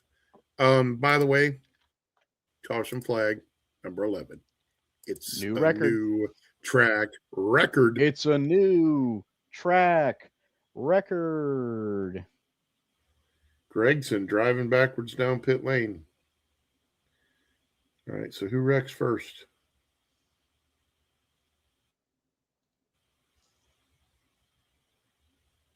There's some kind of smoke up here.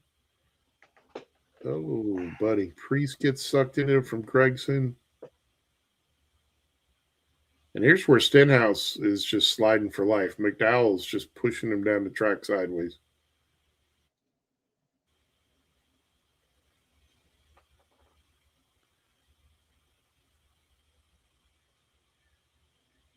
That's just one of those spots where it's really not a good place to be touching somebody. Oh man. Priest just didn't even see it. Didn't even see it coming. Priest had no idea. So I love that he's shifting gears without having his hands on the steering wheel. That's cool.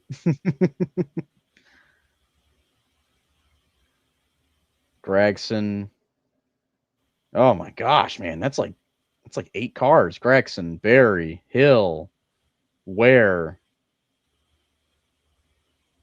Priest, Stenhouse, McDowell.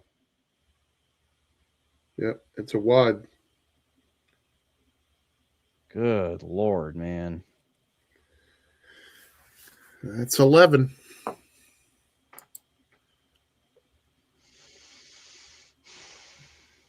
Yes, Billy, I do know why a divorce costs so much. Because it's worth it.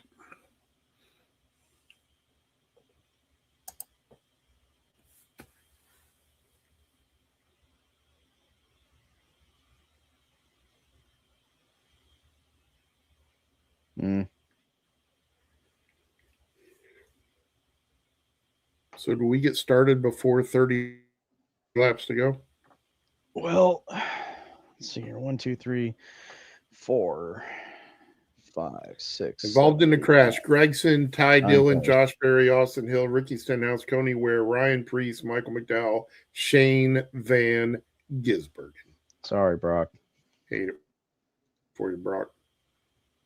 Yeah, Shane's now. He's not 2 laps down, so. So I wonder. So the I don't know who's going to be out Chastain here. active is looking better. I don't know who's going to be out here, but I'm getting to the point where I'm going to start thinking, what's the record for most DNFs in a Michigan race? Oh, I bet if you go back to the 70s, it's probably like 30 cars. Yeah. Let's take a look at 1970. Oh, it's a decent amount. Yeah. 1, 2, 3, 4, 5, 6, 7, 8, 9, 10, 11, 12, 13, 14, 15.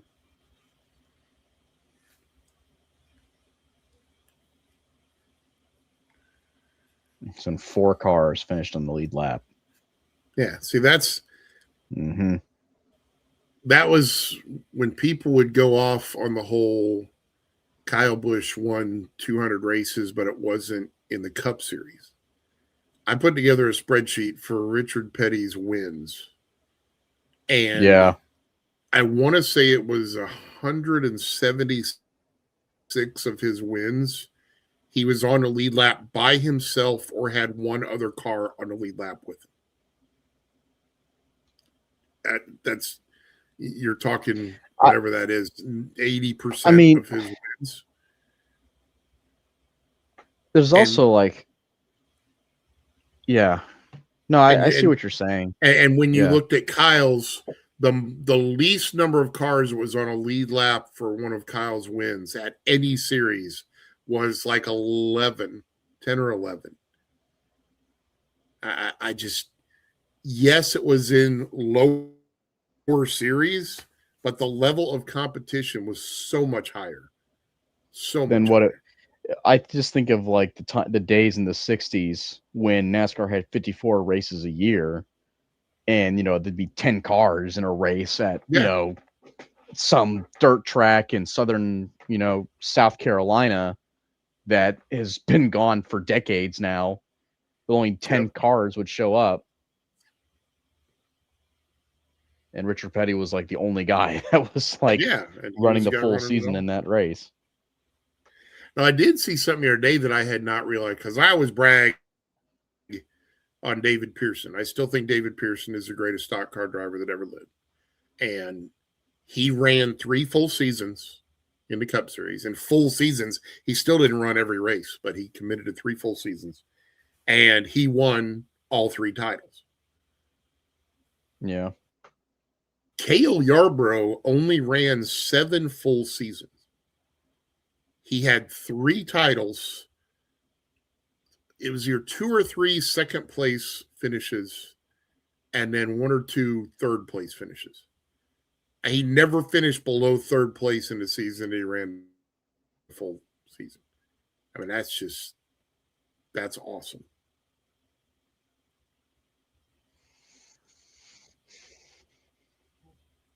Will Logano become a member of the 1,000 Cup Starts Club? He's planning on it.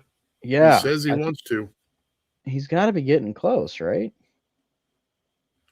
I don't know he's getting that close yet, but. Oh, by that I mean like he's still in the running.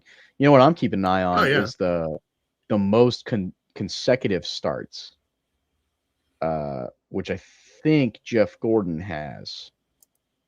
I believe so. We are too. Joey's at 629. 629 in starts or consecutive? 629 in starts. So he's well, I think that's also consecutive starts too. Well, actually, it's more like 627 or something, but he's at 629 and he's 36 years old. I don't know. Do the math. So yeah. So at 629, that means he's got 370 to go. So you're talking 11 years. Yeah, I got another 11 years or so. So he'd be 50. He'd have to run like 28 full seasons. So he's at year 19 right now. So probably another probably another 8-9 years or so.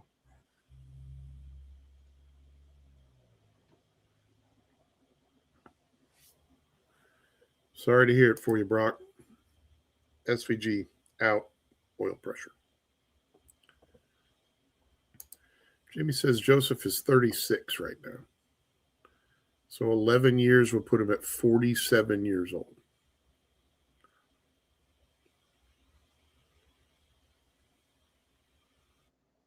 So yeah, Joey's at 626 consecutive starts. Although actually by the time he gets to the end of this year, that's going to have him at 640 plus. Yeah. As long as he doesn't have any injuries or anything like that. So he's got to run 10 consecutive years at 36 races a year. The record is Jeff Gordon with 797. Joey currently has 626 because he ran 3 races in 2008, but that wasn't consecutive in that part-time rookie season. So do the math. 797 minus 626, 171 divided by 36. It's a little less than 5 more seasons. So I think as long as he doesn't get one. to get the consecutive one. Thousands are going to be different. I'm with you. I'm mi sombrero. That was a great race. I don't know if it's my favorite Michigan race, but that was a great race because it was fuel strategy by a bunch of people, and cars were dropping left and right. It was really cool. All right, we're choosing. So the record for most in any series ever at Michigan is 13. So I wonder if we'll be able to at least tie that today. So yeah, because are we at 11 or are we at 12? This is number 11. Gotcha. Because we have waited a very long time for this caution to get done. 22 lead changes. So we are 4 away from tying the most since 2008.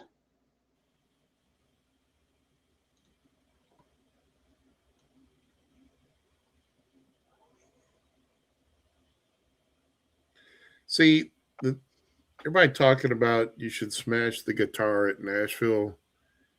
That guitar they get now is nothing compared to what Kyle smashed. The guitar Kyle smashed was a work of art. This is a guitar with a sticker on it. It's not the same. Yeah. I understood why he did it. I also give him kudos for buying new ones to not only have for himself, but to give to some of his crew members as well. It just, that was why people got butthurt about it, was because of the time and effort that Sam put into it. All right. Don't look now, but we just Here went through the restart zone. We are back to green. 39 to go. Here comes Hocevar again. Hocevar using that inside lane. He's been doing that the whole day, and it's working because he's going to get second. And now he's going to be at least second. And now he's looking at the lead. Side drafts on Suarez. Wow. Wow, Wallace got a huge shot. Look at Logano. Or no, that was Chastain that gave him that push. I thought that was Denny that gave him the push. Denny is in third, by the way. Denny is in third, and ready to he might have a shot at the lead here. No, actually going to go to first. He's going to get it. Denny sails it past them. What a run. Lord. Slide job. Not even a slide job because they're still on the quote-unquote straightaway, even though it's slightly Carson's got a clear Suarez still, and Suarez is not letting him go. Suarez is like, not so fast, my friend. He'll take it. He'll take second back. He will. All right. And so now Denny's Byron got to lead for 38 laps. Yeah. Let's see what happens. I think he can do it. Jaime Sombrero thinks that Carson is going to cost himself the win. I don't know that he's going to cost the win because Denny's just whooping him. He kind of might have just now because he was like, he and Suarez were side drafting each other, and Denny just went right by. I mean, I don't know if this will be the end here. I think we still got a little bit. Yeah, I think we'll still have at least some more things that are going to happen. But as long as Hocevar and Suarez keep going at it back here, it's just going to be. Yeah, Suarez just cutting them off. And here comes Wallace. Hey. Whoa. Bubba Wallace. Driving on the flat.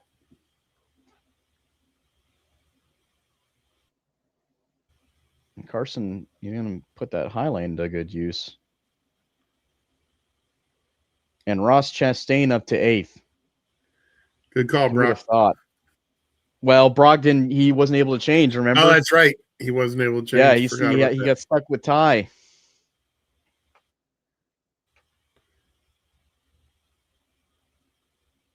Oh! Oh. Yeah, he just scared it. Not a big deal. Yeah. He didn't hit it. He just scared it. But it's going to cost him a spot as Logano goes swinging by. Well, now here comes fellow Michigan native Eric Joe. Oh my God, Eric just went right up the racetrack. What the hell happened there? Yeah, I don't think his front end wanted to cooperate.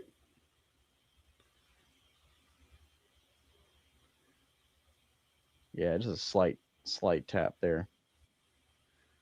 Yeah, he's just driving hard. And he'll get it right. He took the spot back from Logano. Larson trying to work his way forward, currently in 9th. Suarez still second. Taking 8th. Actually, I'm Blaney, excuse me.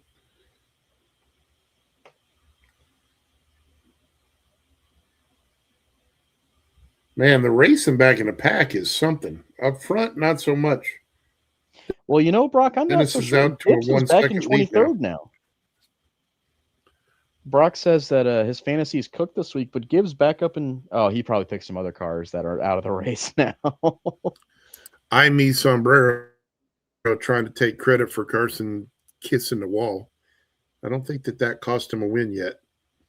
Oh, Larson got a bit of the wall there. Larson got a little bit of the wall. Yep. But luckily managed to not wreck somebody coming up on him. Now, I'm not saying sound the alarms, but Suarez is closing the gap on Hamlin just a little bit. Stuart Gilbert, we're at 32 and a half laps to go. Suarez has gained about 2/10 on Hamlin in the last 2 laps. The Mel Dub, you're welcome, first of all. We're glad to be here and glad that you folks are taking the chance to enhance your viewing experience by listening to a few boobs talking on the internet. And yes, 43 is trying to make his way forward. Good corner for Suarez there. Yeah, I would say Suarez is cutting into the lead. He is. It was up to a second. He's cut it by about a half. 3/4 of a second. Very methodical. Hocevar still hanging on to that fastest lap of the race. That I was happened early just on. about to say that. He still got that fastest lap. That happened early on. Although we might be subject to change here now that the front stretch is in shade. That happened on lap 167. So actually, it didn't happen all that. Actually, it happened recently. 37.4. Now that you say that, you're right. Happened 2 laps ago. It sure, yeah. I think that's why we both noticed it, because we probably saw it pop up there. Damn, and that happened after he hit the wall. So Hocevar's driving like a bat out of hell right now, and he's gaining on Byron. Me Sombrero admitting he's a Hamlin fan, pulling for veterans, but wouldn't mind to see Jones win. I don't think anybody minds seeing Eric Jones win. I don't know anybody that's like real anti Eric Jones. Yeah. I don't know how you could be against a driver that reads children's books to kids for charity. Right. Billy Sellers, I don't know yet. We're going to see, brother.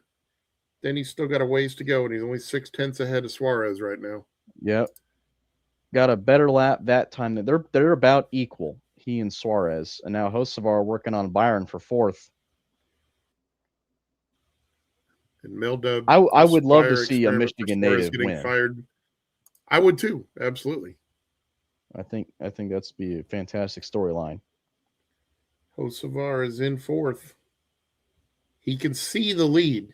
It's a ways away, but he can see it. Austin Hill in the top 20. But in that 33 car. Seconds. Yeah, after being in a wreck. Uh-huh. And Josh Berry 18th. Who was also in a wreck. Cole Custer 14th. Who was not in a wreck, but that's Cole Custer. He's been in a wreck. Was he? He was.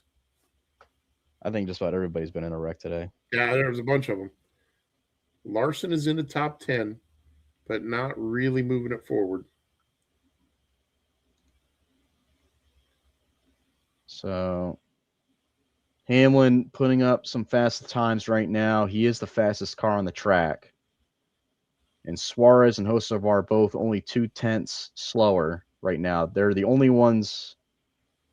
Well, no, there's some other guys in 37 range. Say Blaney's in the 37s, Jones in the 37s, Larson in the 37s.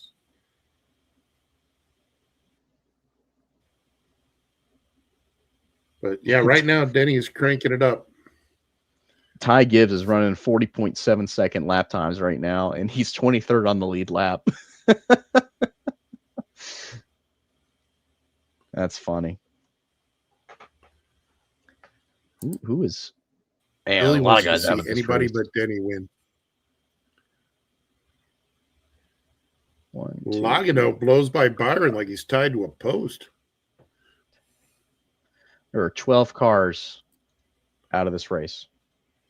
Me Sombrero, I agree. Denny knows how to manipulate air, and he will make it difficult. Here comes Suarez, Jones. It won't be impossible. Look at that! Look at that Jones boy working on Byron in 6th, and now he's at the 6th, and he's not too far behind Logano either. Might be looking at Eric Jones top 5. Could we get a double Michigan native top 5 performance?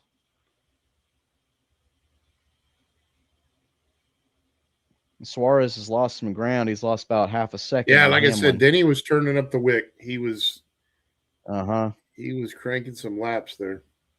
Yeah. I think we still got a lot of time left here. I still think we're going to have another caution. Yeah, I would not. I don't think I disagree with you. I think you're probably right.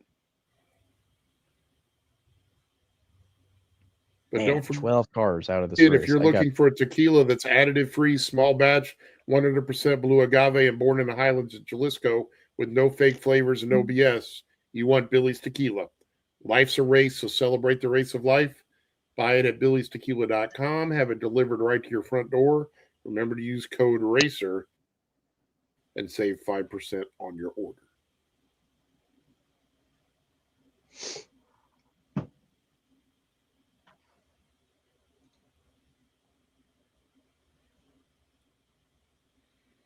So hosts of our, let's see, let's look at the lap times now, see if they've changed at all.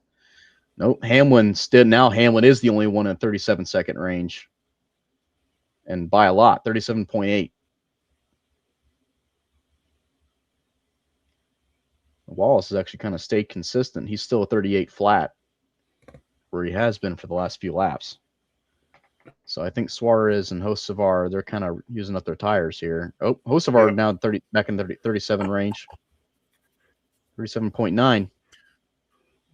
So, by the way, I want to give a shout out to my buddy Mike Hembry, who's a longtime NASCAR media person. Just wrote a book last year about the Petty Pearson rivalry that shaped NASCAR. To get a chance, pick it up. I can't tell you if it's a good read or not because it just came in the mail yesterday, but I'm planning on reading it. But he's just telling me he's not busy this weekend. So I'm like, if we can get him to come join us on a watch party, that would be a hoot. Because Mike Hembry is a funny dude. Mm-hmm. I've seen him at the track quite a few times. He's a nice guy. The Mel Dub, psyched for Jones being in fifth.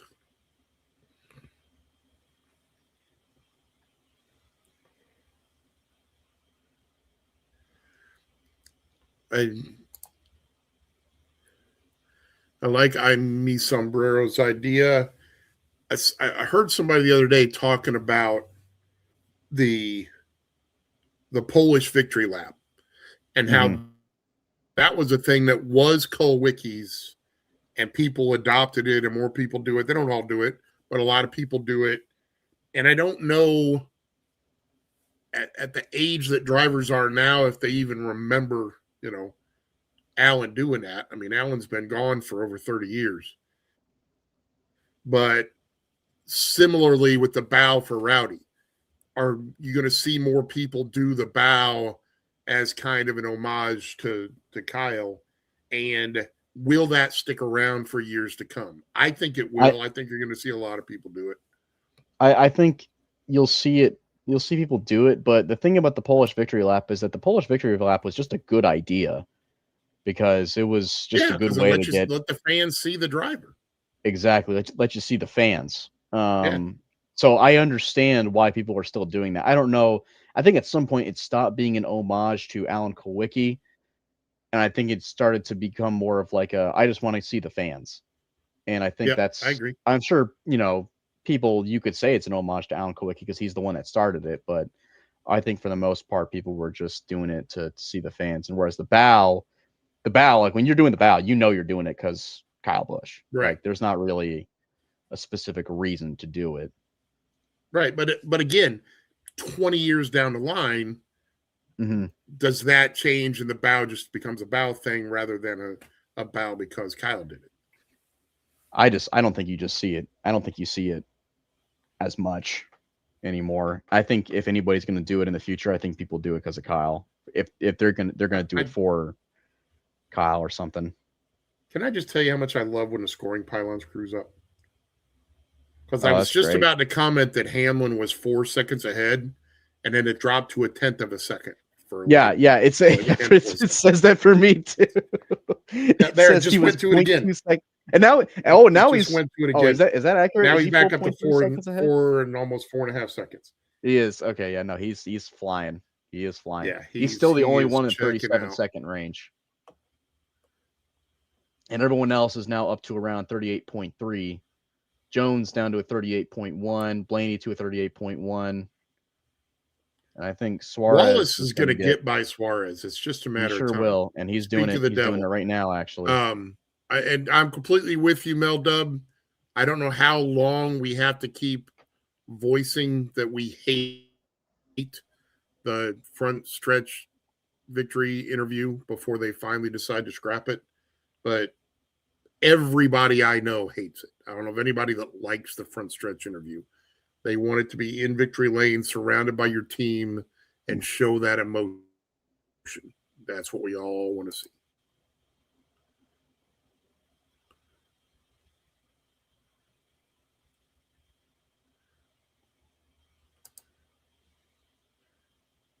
Sombrero noting that he's 42, remembers when senior passed. Rusty did it at Fontana but did a victory lap together for Davey and Allen.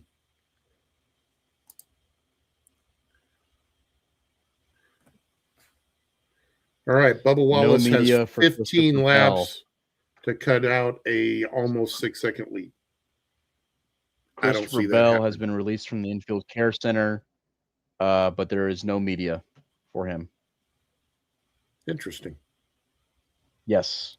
The only time I've ever seen that happen was Ryan Preece at Daytona in 23 when he had that flip. Flip. I mean, it happens. And yeah. A lot of times it happens when guys are in a car that's on fire because they inhale all the smoke and stuff, and it's tough to do interviews when your lungs are burning. Yeah. That Jones boy is slipping backwards. Yeah, I hope he stays in it here. Suarez as well. Hocevar trying to get up to second, but barring a caution here, this one's over. Yeah, I think Hamlin's pretty much got it locked up here. As long as there's no other cautions.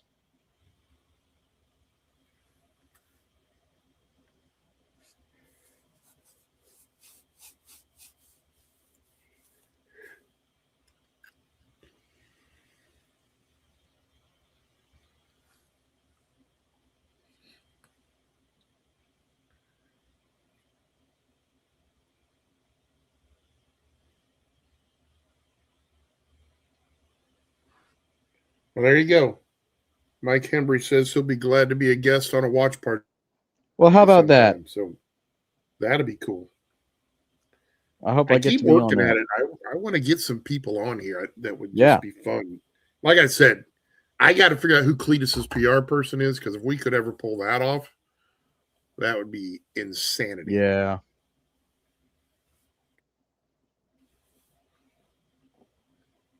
Mel Dub thinking that Christopher Bell likely got a concussion. He might have. I mean, I promise he got rattled. I would not. Yeah, I would not. He got rattled around. And Brock Hay praying for that yellow caution. By the way, I was watching the high limit race from Red Cedar the other night, and the announcer, when they came to the white flag, said the doctor's coat is in the air.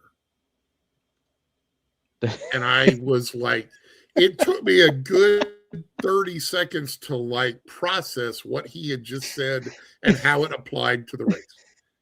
I'm like, the doctor's coat.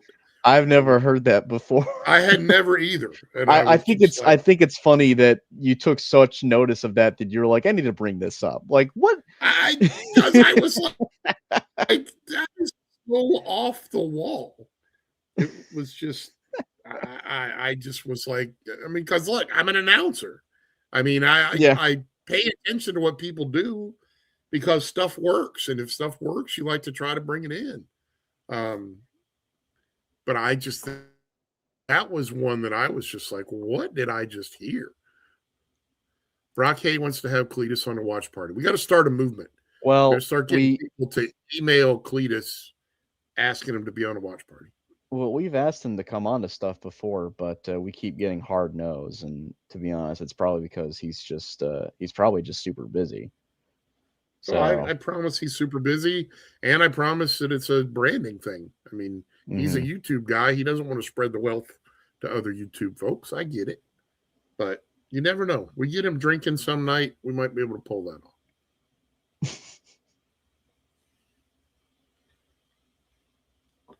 Don't look now. Jones boy to 4th, and he is putting pressure on Wallace.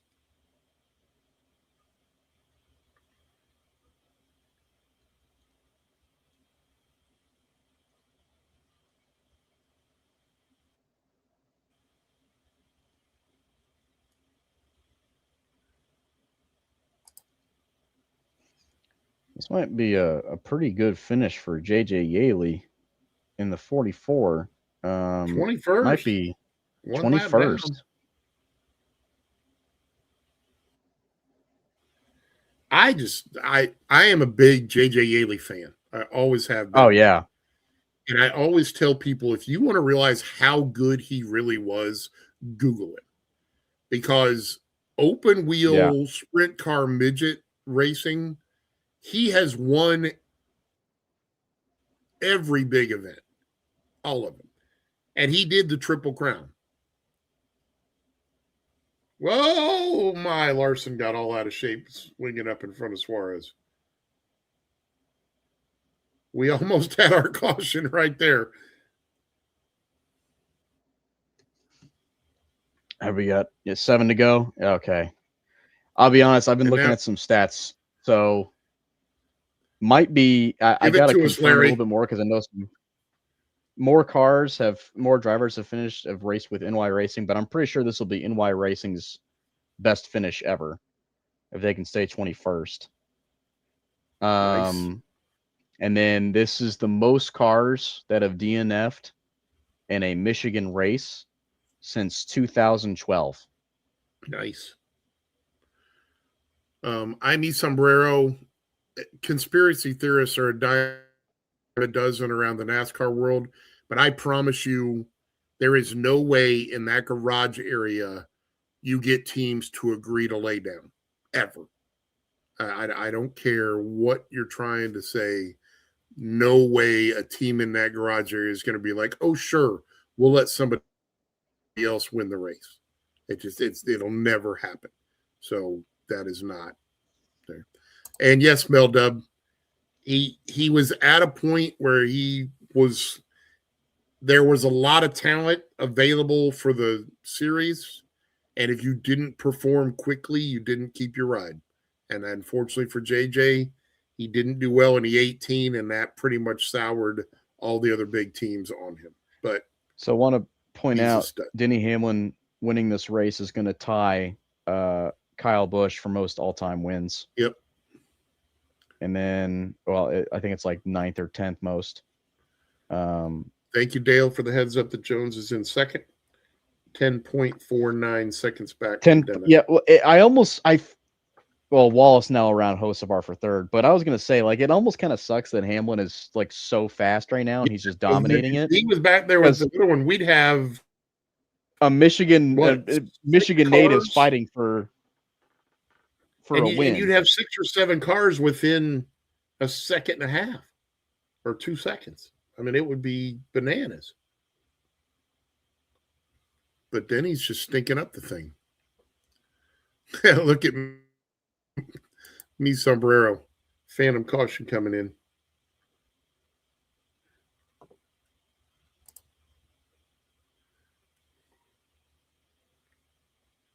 Then he's just got his fingers crossed to make it a lap and a half.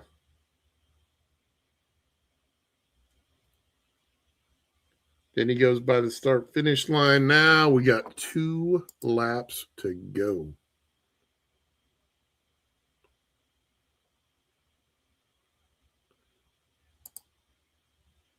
Oh, man, every time Dale Jr. just loves to raise his voice for freaking anything, man. Yep. All right. Well, that's going to wrap it up, man. Good Lord. 10.8 seconds.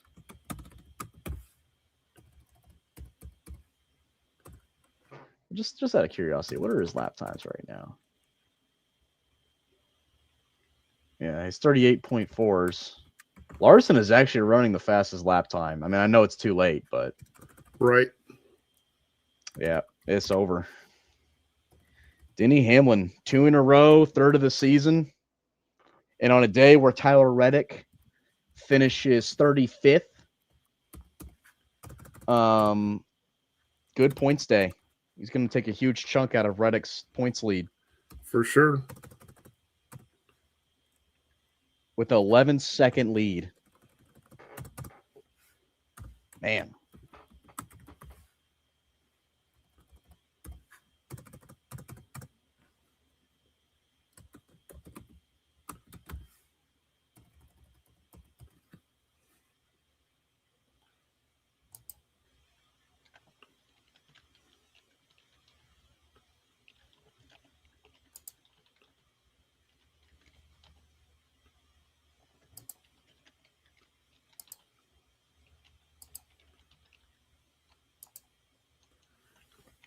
Checkered flag is out. And I think that was a finishing top 10, unless something changed there coming to the line. But I think I had everybody right.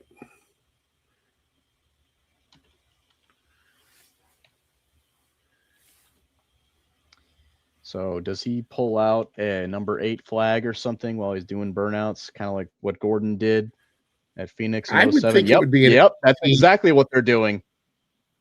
Oh, it's an 18. Oh, it's a ghost 18. Look at that. They got That's the 8 cool. with white, but the black one. That is really I like cool. that. That's like a cool flag. I love that design. If that's available on Fanatics, there's going to be a crap ton of those get sold. Absolutely. I'll take that for like a sticker or a decal or something. That's awesome. Nice. Ties Kyle Busch for 9th all time. Former teammate. That's cool.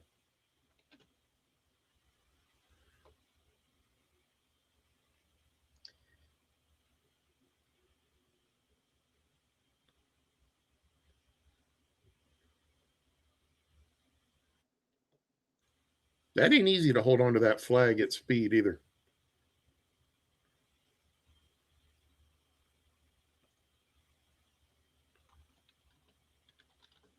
Wonder if he's going to go all the way to turn 4, if he's going to stop at the front stretch. I hope he goes all the way to turn 4 and comes back.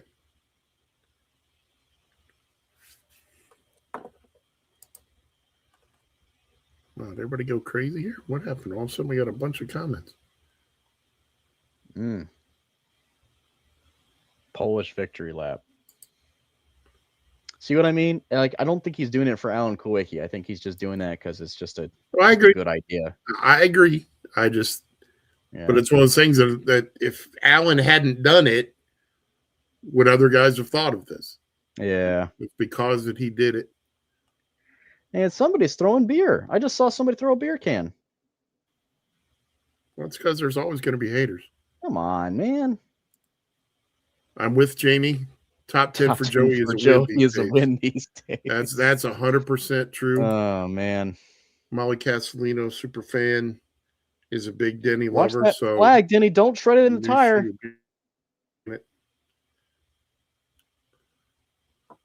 He needs to be careful where that flag is. Oh, and then Brock's got to be hating. Coming in third. Bubba coming in third. I think that's a good thing. Now, Mel Dub's trying to get fancy. A figure 8 burnout would be a fitting tribute. Although the commentators have been silent this whole time. I know, and that's the way it should be. Letting this moment happen. And that's smart that Junior's not screaming and hollering.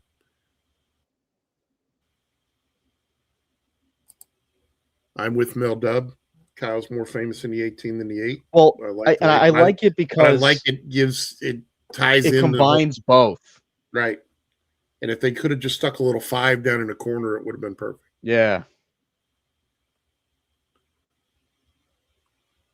it combines. I mean, everyone's got the number 8 stickers, which I always said like I don't know if it should have been 8. I know it was RCR and he's running the 8 And car it's when his he current passed, car, but but 18 is what he's known for. 18 is And to the be one fair, he's. 51 and 54 are probably more known than I 8. thought for a while I thought 51 was going to be like the number that everyone was going to use because that was his number. Yeah, absolutely. We like it too, Billy Boy. We like it too.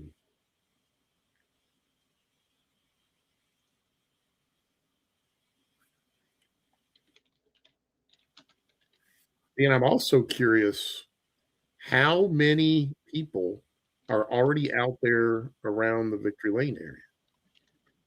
Because that's a lot of people that have gone across pit road already. Usually you have to wait till they're done doing the burnout before they even let you jump the wall.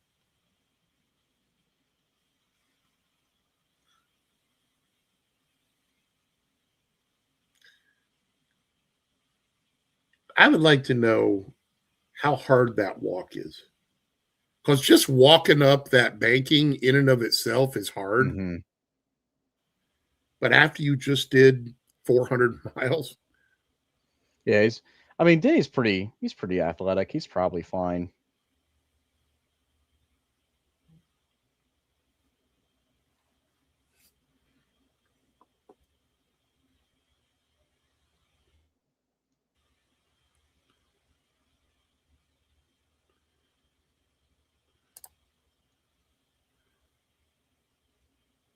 and I agree, Denny is old enough to remember Colwickie. I mean, he wasn't real old in 92, but he is old enough to remember. Oh yeah, he just pointed out Ned Jarrett, the original 11 car Dominator. Nice. Good point. Good point. Like Yeah, that. yeah. Didn't think about that.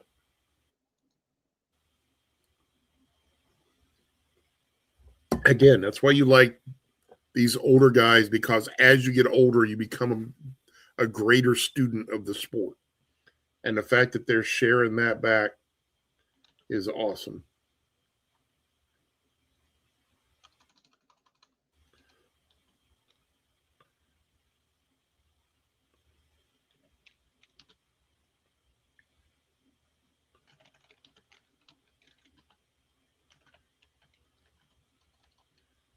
Who is this person that just ran out here?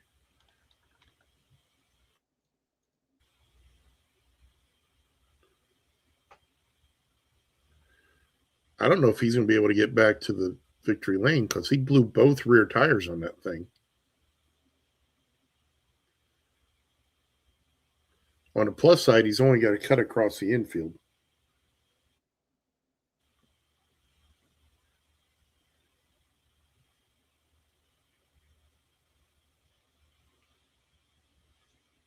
Not a good advertisement for the turning radius of the Toyota Supra.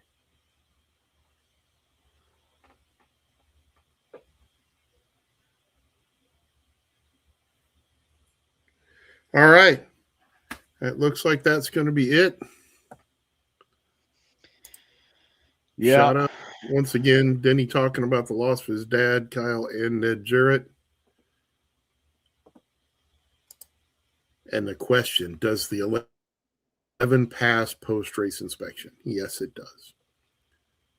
That is not, I shouldn't say it won't be a problem because you never know, but it would be very shocking if it did not. Because what they put them through pre-race all but ensures that it's going to get out of post-race unless something weird happened with contact from somebody. And I don't think that's a thing. So, for my man Dalton Hopkins, thank you for coming on and joining me, brother. I would have been lonely if it weren't for you, because Massey and Nolan both left us hanging. Appreciate you being on. Look forward to seeing you on Happy Hour this week. I will be, yes. I'll be on there this week. So make sure you guys tune in. Comes out on Tuesday evening. And you can see it on tape delay Wednesdays. But Happy Hour Frontstretch podcast, and then bring the Heat with Trey Lyle will be on Thursday, although I'm curious to know if he's going to do that, because if he does that, I'm going to be doubly mad for him blowing us off. If he didn't do Watch Party and then he turns around and does his own show, that will make the man. He's married. He's enjoying the married life. I understand, but that's what I'm saying. If he can make the time to do his show, he could have made the time to do the Watch Party. If he doesn't do his show, then I'm good. I'm cool with that. So I hope so. But for Dalton Hopkins, myself, Mike Neff, thank you to all 271 of you that are still hanging out with us right now after 3 hours, 55 minutes, and 45 seconds of broadcast time. We truly appreciate each and every one of you, and we look forward to seeing you next week for Pocono. Thanks again for watching the Front Stretch Watch Party.